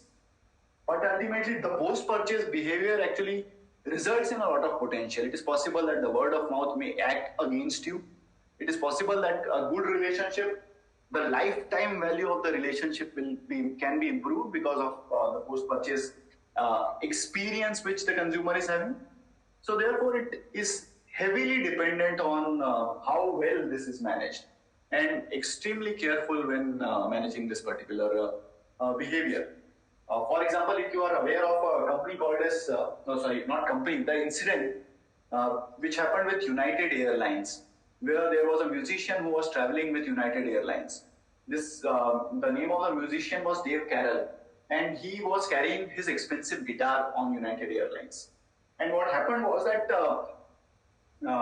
he already cautioned the crew members and everyone that, look, this is a fragile item, care should be taken.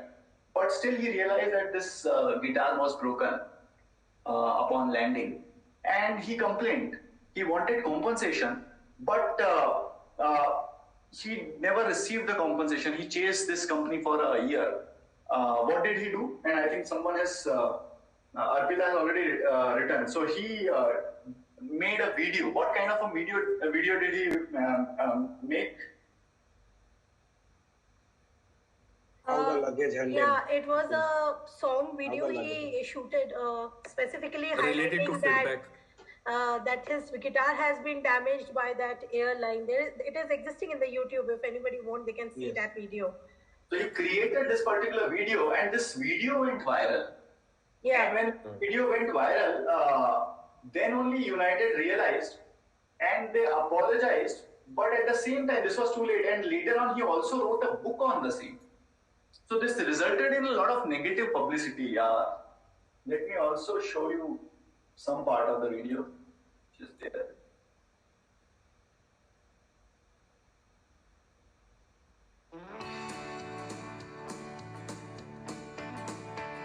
I flew United Airlines on my way to Nebraska. The plane departed Halifax, connecting in Chicago's O'Hare.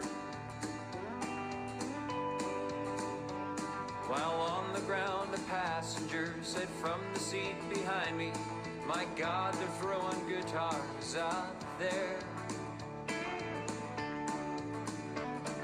The band and I exchanged a look, best described as terror, at the action on the tarmac, and knowing whose projectiles these would be. So before I left Chicago, I alerted 3 employees who showed complete indifference towards me. United, united, you broke my Taylor guitar. United, united, some big help you are. You broke it, you should fix it. You're liable, just admit it. I should have flown with someone else or gone by car. 'Cause United breaks guitars. When we landed in Nebraska, I confirmed what I'd suspected. Mike Taylor'd been the victim of a vicious act of malice at O'Hare. And so began a year-long saga of pass the buck, don't ask me, and I'm sorry, sir, your claim can go nowhere. So do all the airlines people from New York to New Delhi, including kind Miss Earlwig, who says the final word from them is no. I've heard all your excuses, and I've chased your wild gooses, and this attitude of yours, I say, must go. United, united, you broke my Taylor guitar. United, united,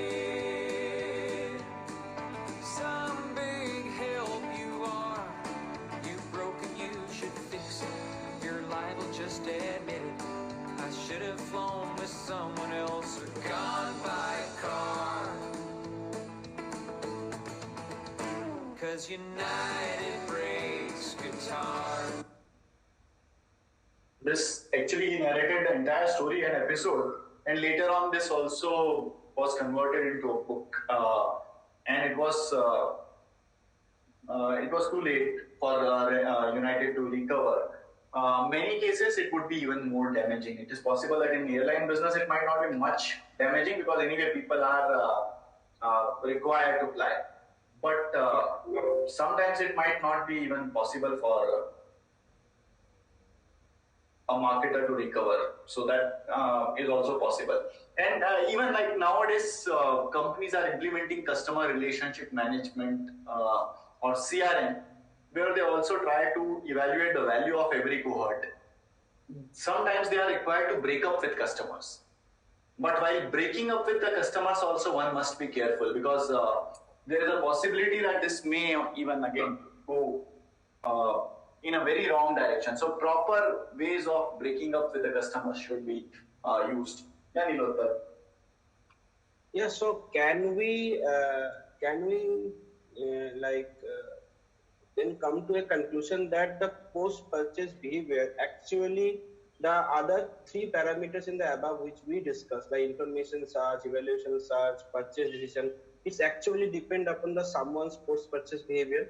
Can we tell that? Because like as an example, I have given some, for my post-purchase behavior on some product, it might help your score for the information or purchase decision like right. So e-word of mouth, that's why we said that it also matters, the e-word of mouth.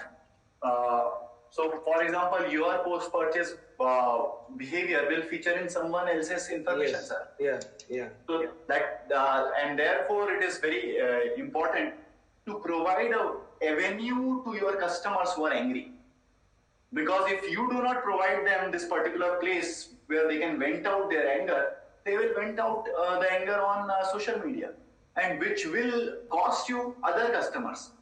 So that's why managing the post-purchase path, ideally delighting customers, but in case customers become angry, then how will you manage those angry customers? It is also important. So it is not just that post-purchase behavior will result in their own repeat purchase and their own spending money, but also their influence on other customers. So for example, let's say if I hear a lot of negative word of mouth about a specific brand, probably I will not go for it. Look at mouthshut.com websites. There are ratings of every other product, every other company, right? And many a times we decide basis that. And now look at dissonance reducing customers. Dissonance reducing customers are likely to actually get more influenced by negative word of mouth. And because they are already confused, they are already having low confidence in evaluation. Once they read these negative reviews, they are likely to say that, look, let's not go with this particular product. Yeah, Arpita. Will Maggie will also fall in such situation? I mean, there was a time like Maggie was also facing this kind of thing, no? Lots of case and everything was happened, and all of a sudden Maggie faced a big problem. But again, they came back, reverting, everything about like back in the market and all. Right, but they did not do anything to recover actually. It was the brand power which helped them recover. It was the loyal customer group which actually did not attribute the blame onto the Maggie directly. So what was the reason? They said that, look, MSG is a part of the masala mix. And then they said that, look, some of the suppliers of the masala mix probably are providing faulty masala mix. So therefore, since there is so much loyalty commanded by the company, people don't blame the company directly. People blame some of the other intermediaries. Like for example, in case of dairy milk, when worms were found in the chocolate, people said that, look, and the company also gave the same explanation, that it is the retailer who did not keep the product in proper conditions, temperature, etc. So therefore, it was not refrigerated well, and therefore there were worms found in some of the packs. So in certain cases, what happens is that the consumer is forgiving, and they are forgiving because of this experience which they have received over a period of time by consuming this product. So sometimes they are, but many a times they might not be. So it is very important to sensitively handle the customers. For example, there is a company called as Filene's Basement. So Filene's Basement, they are into discounted apparels. And it was a shop started in one of the basements in Boston. This model became very popular, because what they will do is they will procure the unsold inventory from other outlets. So they will have a variety of range of clothes for people who are fashionistas and who are variety seekers. Now what they will do is they will sell this particular product on everyday discount. And everyday discount also will work like, so today if this stock remains unsold, 5% discount, tomorrow 10%, next day 15%. So what happened in this particular case was they also implemented CRM. And when they implemented CRM, they had a very different relationship with all the customers. Like some 15, 20 years this company was going on. And there was one of the customers called as Neoma. So Neoma was one such customer who considered this shop to be her family only. And she will give feedback to the manager, they will always interact, they will always tell that, look, this is in fashion, very much in vogue, etc. One day, she was not invited for the party, because only those customers who are giving significant profit were invited for the party. She angrily went into the store and asked the manager that why was I not invited for the Insiders Club party? The manager brutally said that maybe you should not visit our store. So Neoma started protesting outside the store. And then other people who were not invited to the party, they also started protesting outside the store. This was covered by CNN. And this went in a very complete wrong direction. Generally, we always say that CRM is good, CRM is good. But here the CRM implementation was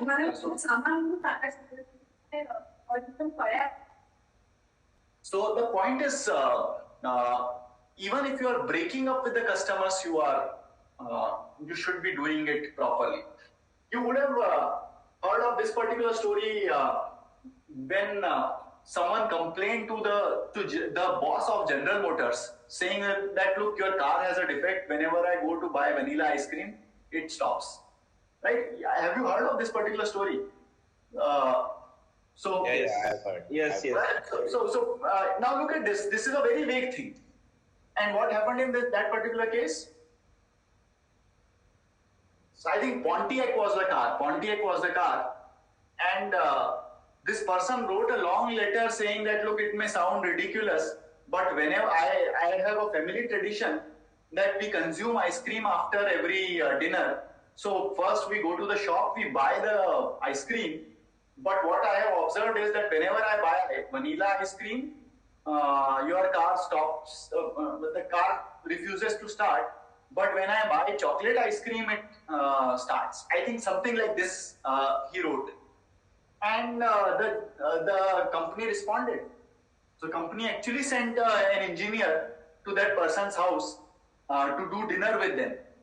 And this engineer rode with the family to the ice cream shop to check that whether something is happening or not. And what did happen in this story? Was it a true thing or was it false? Yeah, it was true thing. Say vanilla ice cream, delivery of vanilla ice cream used to take lesser time than the chocolate time. So the engine got there was some problem with the engine, which they figured it out eventually, and they solved it. So there was some vapor lock or something like this, which actually where the engine doesn't ignite with frequent switching off and on. And therefore, when vanilla ice cream, since it is best selling, it takes very less time. So you switch off the engine, and when you try switching it on, it refuses to switch on. Whereas chocolate ice cream actually is fetched from far back. Therefore, the engine settles and cools down, and then again you start, it starts. So that was the problem, which was very technical in nature, but the company responded to a very ridiculous sounding query by the customer. But it was of the benefit of the company, and the customer was also delighted. So the point is, this post-purchase behavior is extremely important. Sometimes it may also result in insights which are useful for you. So that's... Sir, there is one more case, if you remember, that is of Harry Windsor. Like, it's a Boeing embarrassing blunder over a young boy who did that. Like, it was a disaster thing, and it instantly made a big news. It's a national news. It was there, and then Boeing quickly took that responsibility and turned the potential PR disaster into a positive form. There was a drawing which has been viral in all over the internet and national news and everywhere. Okay. So I was not aware of this, but yeah. So here, if you look at opportunity, sometimes can a challenge can be converted into opportunity at times. Even Kellogg's can also be counted to be as in this situation. Even if you look at Taco Bell, so there was a rumor in I think some remote island that there will be a Taco Bell shop opening over here. And it was a rumor. They actually circulated pamphlets. And people were very much excited, but actually there was no such shop. So how Taco Bell responded to this was they actually sent a container on a helicopter, and this particular container for a single day made sales in that particular island. And therefore the people were delighted and attracted a lot of positive publicity that how this particular company is responding to. Now looking at the consumer behavior, I would just like to share one more example with you, which is related to this. Let me share this particular slide for the case. This is a very short case. Before we talk about our sales soft, we'll have a short discussion on this. I will not go through each and every slide. I will just talk about... Yeah, Amit, you wanted to ask something? So, if you look at this particular case, Ecolisa quartz, it is about shower. And as you can see over here, the general understanding in the industry is that plumbing has not changed since Roman times. Everything stays the same. So the same showers, the same taps, same kind of fitting, etc. So this is the story of Equaliza, which was a very successful company in UK. And if you look at UK shower market, it was though plagued with problems, but still the margins which companies used to enjoy were 48% on products on an average. So which means it is a great or high margin industry, and no one actually in this particular industry was innovating. Like gravity fed plumbing resulted in poor water pressure, a lot of problems related with temperature control people were facing. These were the different types of showers which were available in the market. There comes Harry Rollinson. So Harry Rollinson was a Harvard graduate, and he joined Equaliza. And what he said was that, look, it appears that everything is good at this point of time, but it might not stay the same. And therefore, we should do product innovation, because 10% of our showers, they are going wrong. Which means, like, if we are selling some 150,000 showers, 15,000 customers are dissatisfied every year. Also, this perception is changing. People think that our products are overpriced and we do not provide good service. So what he did was, he spent a lot of money, 5.8 million euros he spent in developing a shower which would solve every problem. And therefore, there was a very long process which he took. How it was good? This shower was very good because it was easy to install, and plumber would only take half a day now to install this. Previously, they used to take 2 days. And plumber is getting more business because of this, because previously there was a waiting time. Now plumber can install 4 showers in a day. Their interns can also install it. The controller was very good. Everything is great in this product. You can fix a temperature, and then you can walk into the shower with exact specific temperature as you decided. These are the different categories of buyers. So everything seems to be good. These are the channels, etc. Now look at these particular pie charts. If you look at the customer, 44% of times it is a replacement shower, which means your existing shower is not working well. Rest of it is different situations like new penetration or second shower. When it comes to selecting a shower and trying to understand the decision-making unit, 20% of the times plumber influences type of shower. 28% of times plumber advises on type and brand of shower. 25% of times plumber selects type and brand. It is only 27% of times when the consumer selects, which means 73% of times plumber influences.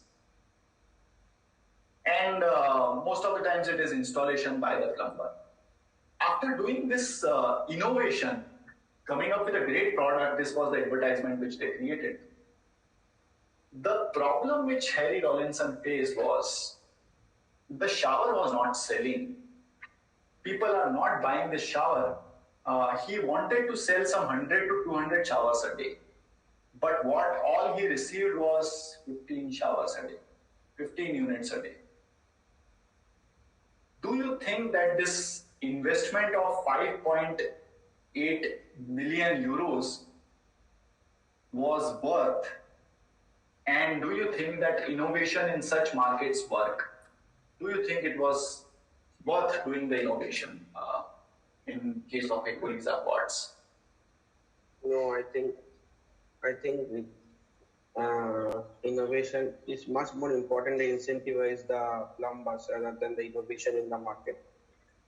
Because if we look at this particular market, every other product is bought via the plumber. 73% of time. The decision making has been dominated by the plumber's decision actually for the consumers. So the consumer, most of the times they buy via the plumber. Only in case of showrooms, probably the plumber is not influential because the consumer himself or herself is deciding. So this is 27% of times. Do you think that innovations work in such markets where actually influencer is a third party and many a times the influencer decides? So do you think, how should I get the innovation diffusion going on given a specific consumer behavior? And also now look at one more chart just to give you directly some influences on consumer behavior. Is the slide visible? Yeah. Yes. Yes, Professor. Yes, yes. Are two slides visible at one time? Yeah. I don't know. So me, two slides. I am seeing two slides. There are two slides. We are seeing at one. Two slides. So now look at this this one, the one with red marking. 44% of times it is a replacement shower. What do you think a replacement shower situation means? The first one was not working. Means the earlier shower they're replacing. So what do you think? What kind of attitude the consumer will have? Not satisfied with the shower. If they're happy, they'll have the same thing. Customer is not happy with the product. That's why the number of people. If you can speak, otherwise no one will be able to listen to anyone. Yeah, Sakshi. So it means they were only focusing on the existing customers and they were delivering them, but they were not actually focusing on the other demographics and the other customer base or engaging the new customers. Replacement shower means that the existing customer is not happy with the customer is not happy with their existing shower, so that therefore they are changing it, right?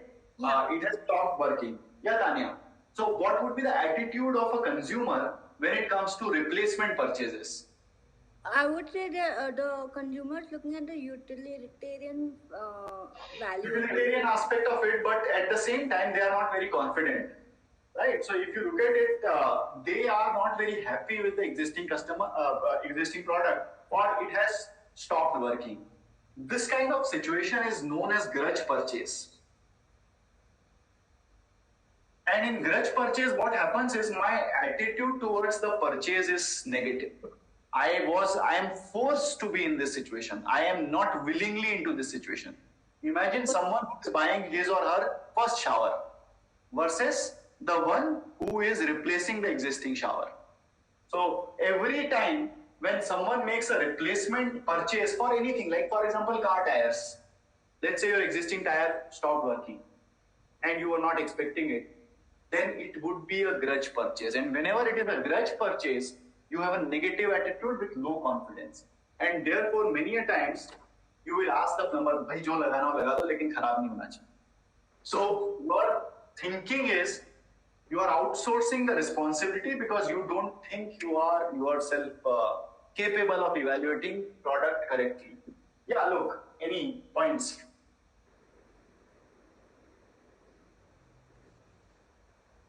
Yeah, Mayank.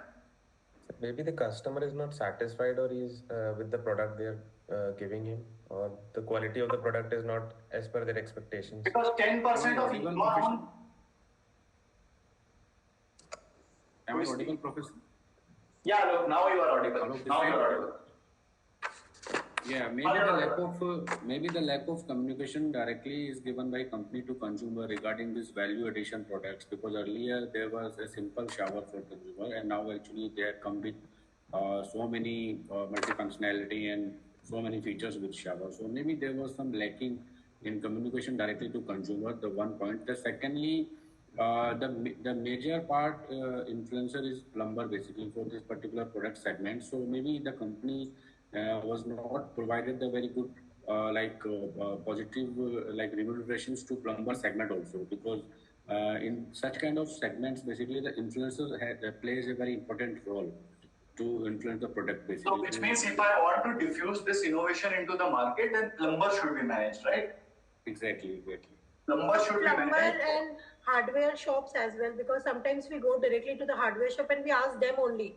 Like this is a very common problem recently I also faced. I want to add one example over here for this. Hardware shop, and of course the price also matters, sir. Like, I mean, I know this is something which will not exist, it will not go for a very longer time. So I want something good जो थोड़ा लंबा चले and थोड़ा reasonable भी हो. Like, obviously both. It should suit my pocket. I want to add one example over here. For electricals companies like Havels and this all, basically what they do in the same manner. They are more conscious about the mediators, like electricians and these plumbers, hardware operators, such kind of mediators. So the company should be more focused for the mediators over here. Sir, there is one question. There is one question, sir, regarding this. Let me share one information. Sure. Look at this, how plumbers actually are, what situation plumbers are in. Actually, plumbers are making a lot of money in this market. And if you look at them, 40 to 80 euros, like almost 60 euros per hour they charge. And there is a long queue. So which means that there is no dearth of work for them. Even if equalies or quartz comes, it is fine. But look at this particular statement. For plumbers, unfamiliar products could present unknown performance problems. And a bungled installation often required a second visit, paid for out of the plumber's pocket. And therefore, they are very apprehensive about innovations. They don't like innovation at all. Plumbers generally prefer to install a single shower brand, were extremely reluctant to switch brands. Loyalty to a single brand created expertise in given brand's installation, idiosyncrasies, and failure problems. Plumbers also like familiarize themselves with the service they could expect from manufacturer. So here, if you look at how plumber is thinking, plumber is interested only in installing one type of product. They don't like innovation because otherwise I will have to pay out of my pocket. So that is a problem which plumber faces. How should I go about diffusing innovation in this market? And I will draw this innovation diffusion curve again, as we have already seen this in previous classes. Look at what Harry Rollinson, the protagonist of our case, is facing. He is a Harvard graduate. So which means people may have a lot of expectations and also like a lot of questions about him, that look, he seems to be from a big B school. If I look at innovation diffusion, we know that there are different types of people who are adopting this. This is not revenue, sorry, this is number of adopters of the innovation. And we know that there are innovators who will buy irrespective of the risk. There are early adopters.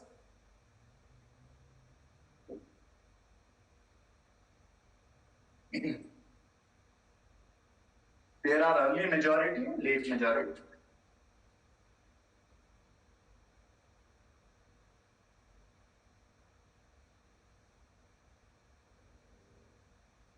Now if you look, and there are laggards who are least interested in innovative products. Now Harry Rollinson, when he sees the data, 15 units a day you are selling, and you want to reach 200 units a day, which means you want to make this product mainstream. You don't want to stay in niche. So this product innovation is not just a product launch. It is also a question of your reputation. Also, this will decide your fate in this organization. Tomorrow, people will question you. If, let's say, if this stays a niche, this is a niche. Let's say if this much market share I am attracting or achieving, which is 15 units a day, max when it goes 30 units a day I sell. This is not something which is manageable because I have already spent some 5.8 million euros. And if you look at the pricing in this particular case, let me also again show that to you.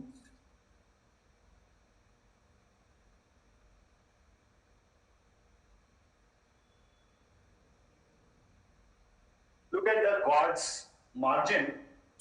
275.345 is the quartz margin, right? And if we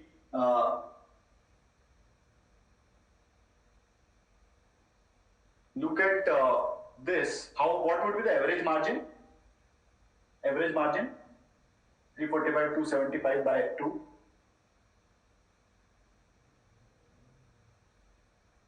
How much would be average margin?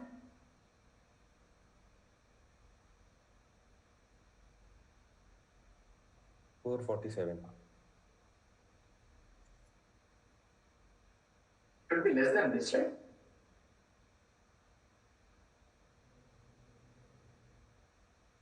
So it should be 310, right? 310 should be average margin for the quad range. Yeah, it's 300. So 7 plus 4 is 11. So now if I look at this, if I want to recover 5.8 million euros and 310 is the contribution per unit, how many units am I required to sell?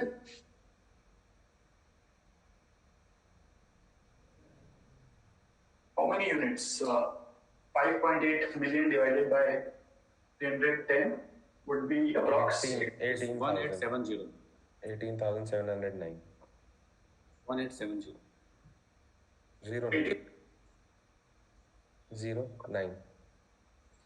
Okay, and I'm selling 15 units a day. So what time will I take? How many days will I take to recover this? Roughly 4 years. 4 years. 4 years. Roughly 3.5. So 3.5, 4 years I will take. This is a question on my reputation. Yeah. If I join this particular firm, I want to make it a mainstream. I spend 5.8 million because I say that look, the entire culture of the organization I will change. Because of strange consumer behavior and influencers in this market, everything is disrupted. Innovation is not diffusing, therefore this early majority and late majority is difficult to capture. Ultimately, it will be consumer only. But it happens via plumbers in this case. And therefore, I'm required to do something so that I can change this number of 15 units per day and make it 200 units per day. How will diffusion of innovation take place in this market? These are the margins. And when someone, I think Arpita, you said that they are price sensitive. They are not price sensitive here, at least in this market.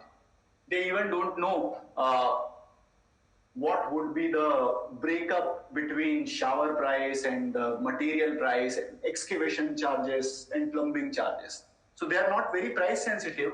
Not all of them. Some of them who are price sensitive, they go to DIY stores, which is do it yourself. So they don't even invite plumbers. They buy from a DIY store. But will innovation diffuse in this market? And what should I do in order to make the innovation diffuse in this market? If we give retailer margin, if we give plumber margins on buying? So if you look at plumbers anyway are making a lot of money. For example, if you look at 54% of installations are happening via plumber. They buy from trade shop. The buyer is not even aware of the breakup.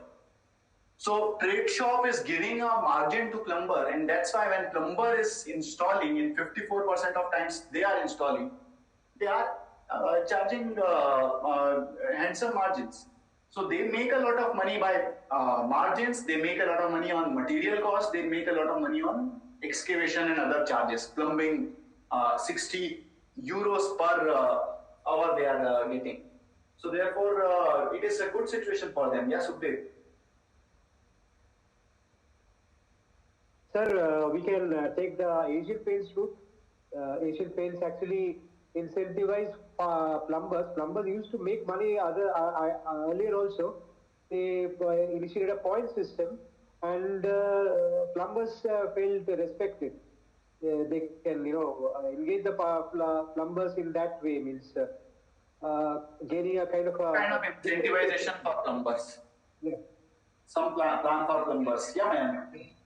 Sir, maybe They also gave foreign tools and very their incentives used to can be used as barters for purchasing the motorcycle or something like that. Means, I think the scheme is still there with Asian Paints. Okay, yeah, man. So the incentive part seems to be good, but they can also do innovations in which it gets easier for the plumber to install that particular thing. so that So they can installation of this product is easier, and that's why Easier, plumber can yeah. also send their apprentice. Exactly. And that's how plumber is gaining more, because at same time now I can do some installation, installation my apprentice would be doing. So plumber's income should actually go up because of this product. Sakshi? So my preference would be, I think if they can launch some loyalty programs for the customers, because as per the case which we have seen that the plumbers were only going for the one visit and they were charging for the one visit only. And if they introduce some loyalty programs for the second visit or third visit, because most of the customers were facing the problems after the installation. So that is one part. Second is, I think promoting the DIY thing, because since in UK all the people are mostly into DIY construction and all this small mechanical thing people do by themselves. So if they have introduced it, they would be able to actually cater to Change the consumer behavior. Yeah. So change the consumer behavior, they should do it themselves, like IKEA stores, etc. They do. Yes, sir. And third point would be targeting and selling to the consumers directly through the developers or the builders who were initially into making the buildings or designing, so that they would be able to cater to a defined audience directly. The problem with developers is that developers actually develop the property, which takes time. And if you look at this innovation diffusion thing, which we want to actually execute, we want it to immediately diffuse into the marketplace. We cannot wait for a developer to buy this and therefore sell it like a B2B product, and then thereafter consumer will be exposed to it while using it. We want consumer to ask for it, right? So therefore there are some problems. Yeah, Vishakha. Vishakha? Pawan? Sir, thank you. Sir, in my opinion, we can hire plumbers in my team and give that maintenance thing to them, to the clients, to service them. Dedicated plumbers should be there, and who will be exclusively installing quartz shower, right? Sorry, my mic wasn't working earlier. I was saying in the pamphlets, as we saw that, plumbers, like pamphlets could have been one way wherein it could have mentioned, ask your plumber today, because they were the major influencers in this particular product life cycle. And workshops for plumbers should have been organized so that they are aware as soon as the customers ask them to, we have heard about it. Sensitization should happen. For plumbers. Okay, yeah, Samir. So here plumber is the influencer. So I would suggest the marketing campaign and all activity to initially to target with they should target plumber. Once say consumer as such very few consumer are taking DIY route. 73% of the sales is happening through plumber. So the campaign and everything should be targeted to plumber. So they can be the consumer, the plumber should be targeted. Yeah, because 73% of the sales is happening through plumber. And also, if you look at the lifetime value of a buyer, let's say if this shower lasts for 5 years, then lifetime value of a single buyer is only 310 euros. But if you look at a plumber is installing some 40 showers in a year, let's say, and this relationship stays for 5 years, this would be like a very, worth a lot. The CLV of a plumber or a plumber relationship seems to be on a higher side than a customer relationship in this case. Yeah, Jayaprakash, what do you think? How will this innovation diffuse into the marketplace? Particularly, innovation needs to communicate to the consumers, those who are using the showers. So, if we communicate particular anything promotional or anything activity that we have changed our quality rather than the previous quality, then it's a priority for the awareness of the consumer.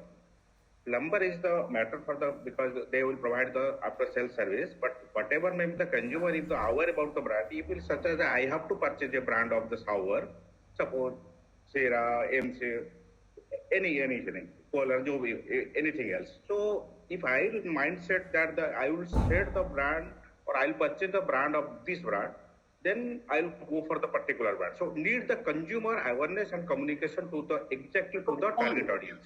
Create a pull from the consumer side and let them ask the plumber to fit this. Yes, plumber. If I will go to the shop, I will choose my brand, not the plumber choose my brand. So if you will aware the consumer awareness and communication particularly to our target audience, then it will be more effective rather than to target the plumbers. It's my thought. So now let me Can I add two things, like little different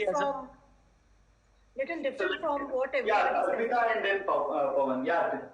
Yeah, so I agree with others, like the awareness should be there, marketing thing, digital promotion should be there about the innovation and about. Otherwise that what I suggest that there should be a proper customer engagement, like, providing an excellent customer support directly from the company, how sometimes Samsung provide the services. So rather than going to the plumber, company themselves also can provide that service, like installation of that product and all, and they can educate the customer. This is one thing they can do, and they can start giving the incentives and extra offers and discount, and build a proper partnership and with the retailers, like that product should be available in every proper retail or chains that way, so that the people can easily purchase those things. The margins even for the showrooms are very high. The retailer margins are very high in this category. Okay. So you are charging premium prices. Look at the price of this product. 1080 is the price of a shower euro. Yeah. This is extremely expensive. Yeah. No, but they can provide their own services, no, sir, like the plumber thing. Then the amount which is the plumber is extra earning, that can be removed. That channelized can be removed, and people can get directly the product and a proper nice servicing thing as well, like the installation. If which would be slightly expensive if you start owning your own installation force also, because generally it is expected that the showroom will do that. Showroom has its own plumbers. So if I buy from a channel as a consumer, the channel is supposed to install it. And the manufacturer doesn't want the headache of owning a force of plumbers or something like this. There will be a small sales force which the manufacturer will have. This sales force will take care of different regions and territories. And their only task would be they will do maintenance of accounts. Accounts means the retailers, trade shops, and different stores. So now let's try to conclude what did they do and what should I understand from this particular example. This was not a very long case discussion, but look at the consumer behavior in this market. You are trying to decode the DMU of consumer, the decision-making unit, which is not just a consumer, but also an influencer. And also, they are playing a role of gatekeeper. The plumber is not letting you provide the information to the buyer, right? Because most of the times they are, 73% of the times, they are the influencer. They decide. It is not the buyer. And therefore, they act as gatekeeper. They will not let you transfer this information. So decode DMU and try to understand who are all the players. Second is, look at the purchase situation. As we said, 44% of times it was a grudge purchase. So you are buying with a negative attitude. Your consumer is buying with a negative attitude. Now, I want the diffusion of innovation to happen. But diffusion of innovation is not always a very linear process. It sometimes follows hub and spoke model. What do I mean by hub and spoke model? You convince a consumer persuades a plumber is convinced after installation, and therefore he or she diffuses it to multiple consumers. So sometimes innovation of diffusion happens like that, and therefore getting that very first installation done by a plumber with the help of consumer is important. What this company did was they actually spent a lot of money in marketing and communication. So this advertisement, etc. But more importantly, they selected showrooms. The showrooms which were very systematic setup. And in those showrooms, they installed fully working, fully plumbed units of this Equalizer quad shower. And that is how the consumer was persuaded. Once the consumer persuaded a plumber realized the value in this particular product. And they created two value proposition, one for consumer, another one for plumber. And this is how this innovation diffused, and it became the largest selling product of this particular company. This example actually bursts a lot of myths if you look at it. The very first myth is innovation diffusion is not always very linear. Sometimes it is also following a hub and spoke pattern. Second myth, which it breaks, is brand image. We always say that brand equity is something which is transferable to your products, but it is not necessary. Here, look at this case. Plumber is loyal to a product. They are not loyal to a brand. And therefore, they keep on installing single product from the same brand. But it is not that they will keep on installing any product from the same brand. So here you cannot break a plumber in terms of you cannot persuade them to install another product by your same brand. Your brand has equity, but it is not transferable to your product. Third, and most important, excellent products sell automatically. This is a myth. Excellent products also require a lot of marketing effort. Here, Harry Rollinson was required to spend a lot of money on creating awareness amongst the consumer, amongst the plumbers, and though the product was excellent, but it did not automatically started selling. A significant marketing effort was required to push this product given a specific consumer behavior. And lastly, the very first question which I asked, so was this Euro 5.8 million investment worth? And now look at this, since we are calling it an investment, it should be treated like an investment. It is not something which has to do something with only with a single product. It actually will become your product life cycle management tool. If you look at product life cycle, with time, if you look at revenue, introduction,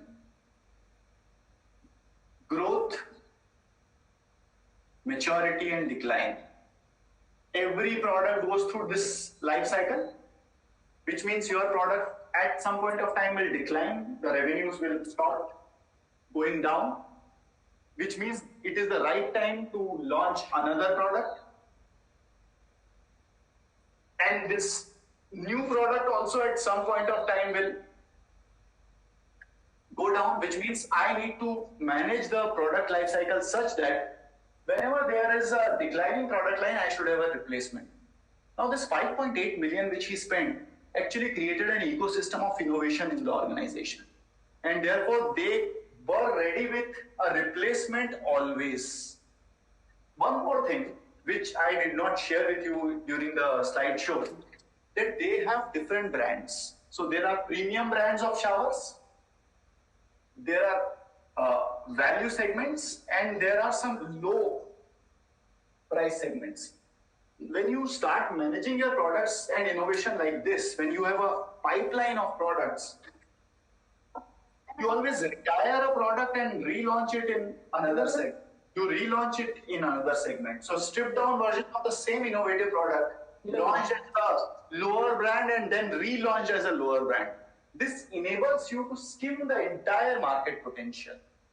So your pipeline, where you are working in the premium segment, helps you in filling your value and low price segments as well. So this 5.8 million worth investment is not just for developing a single shower.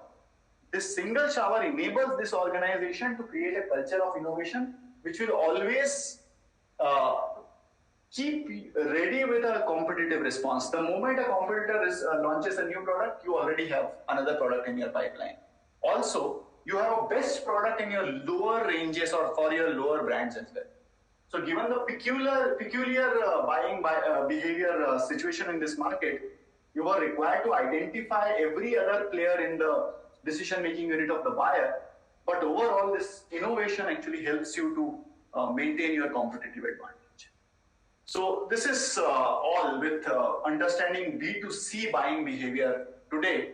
Next time we have to wrap up the course, and therefore we will talk about B2B buying behavior as well as segmentation, targeting, and positioning.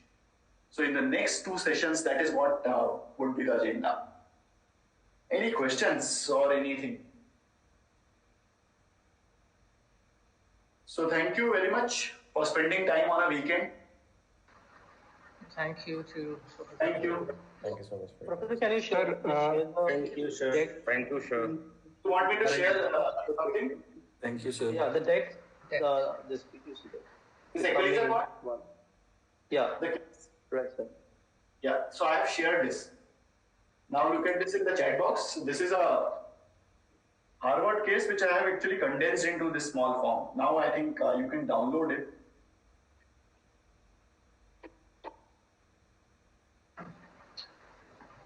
So thank you very much.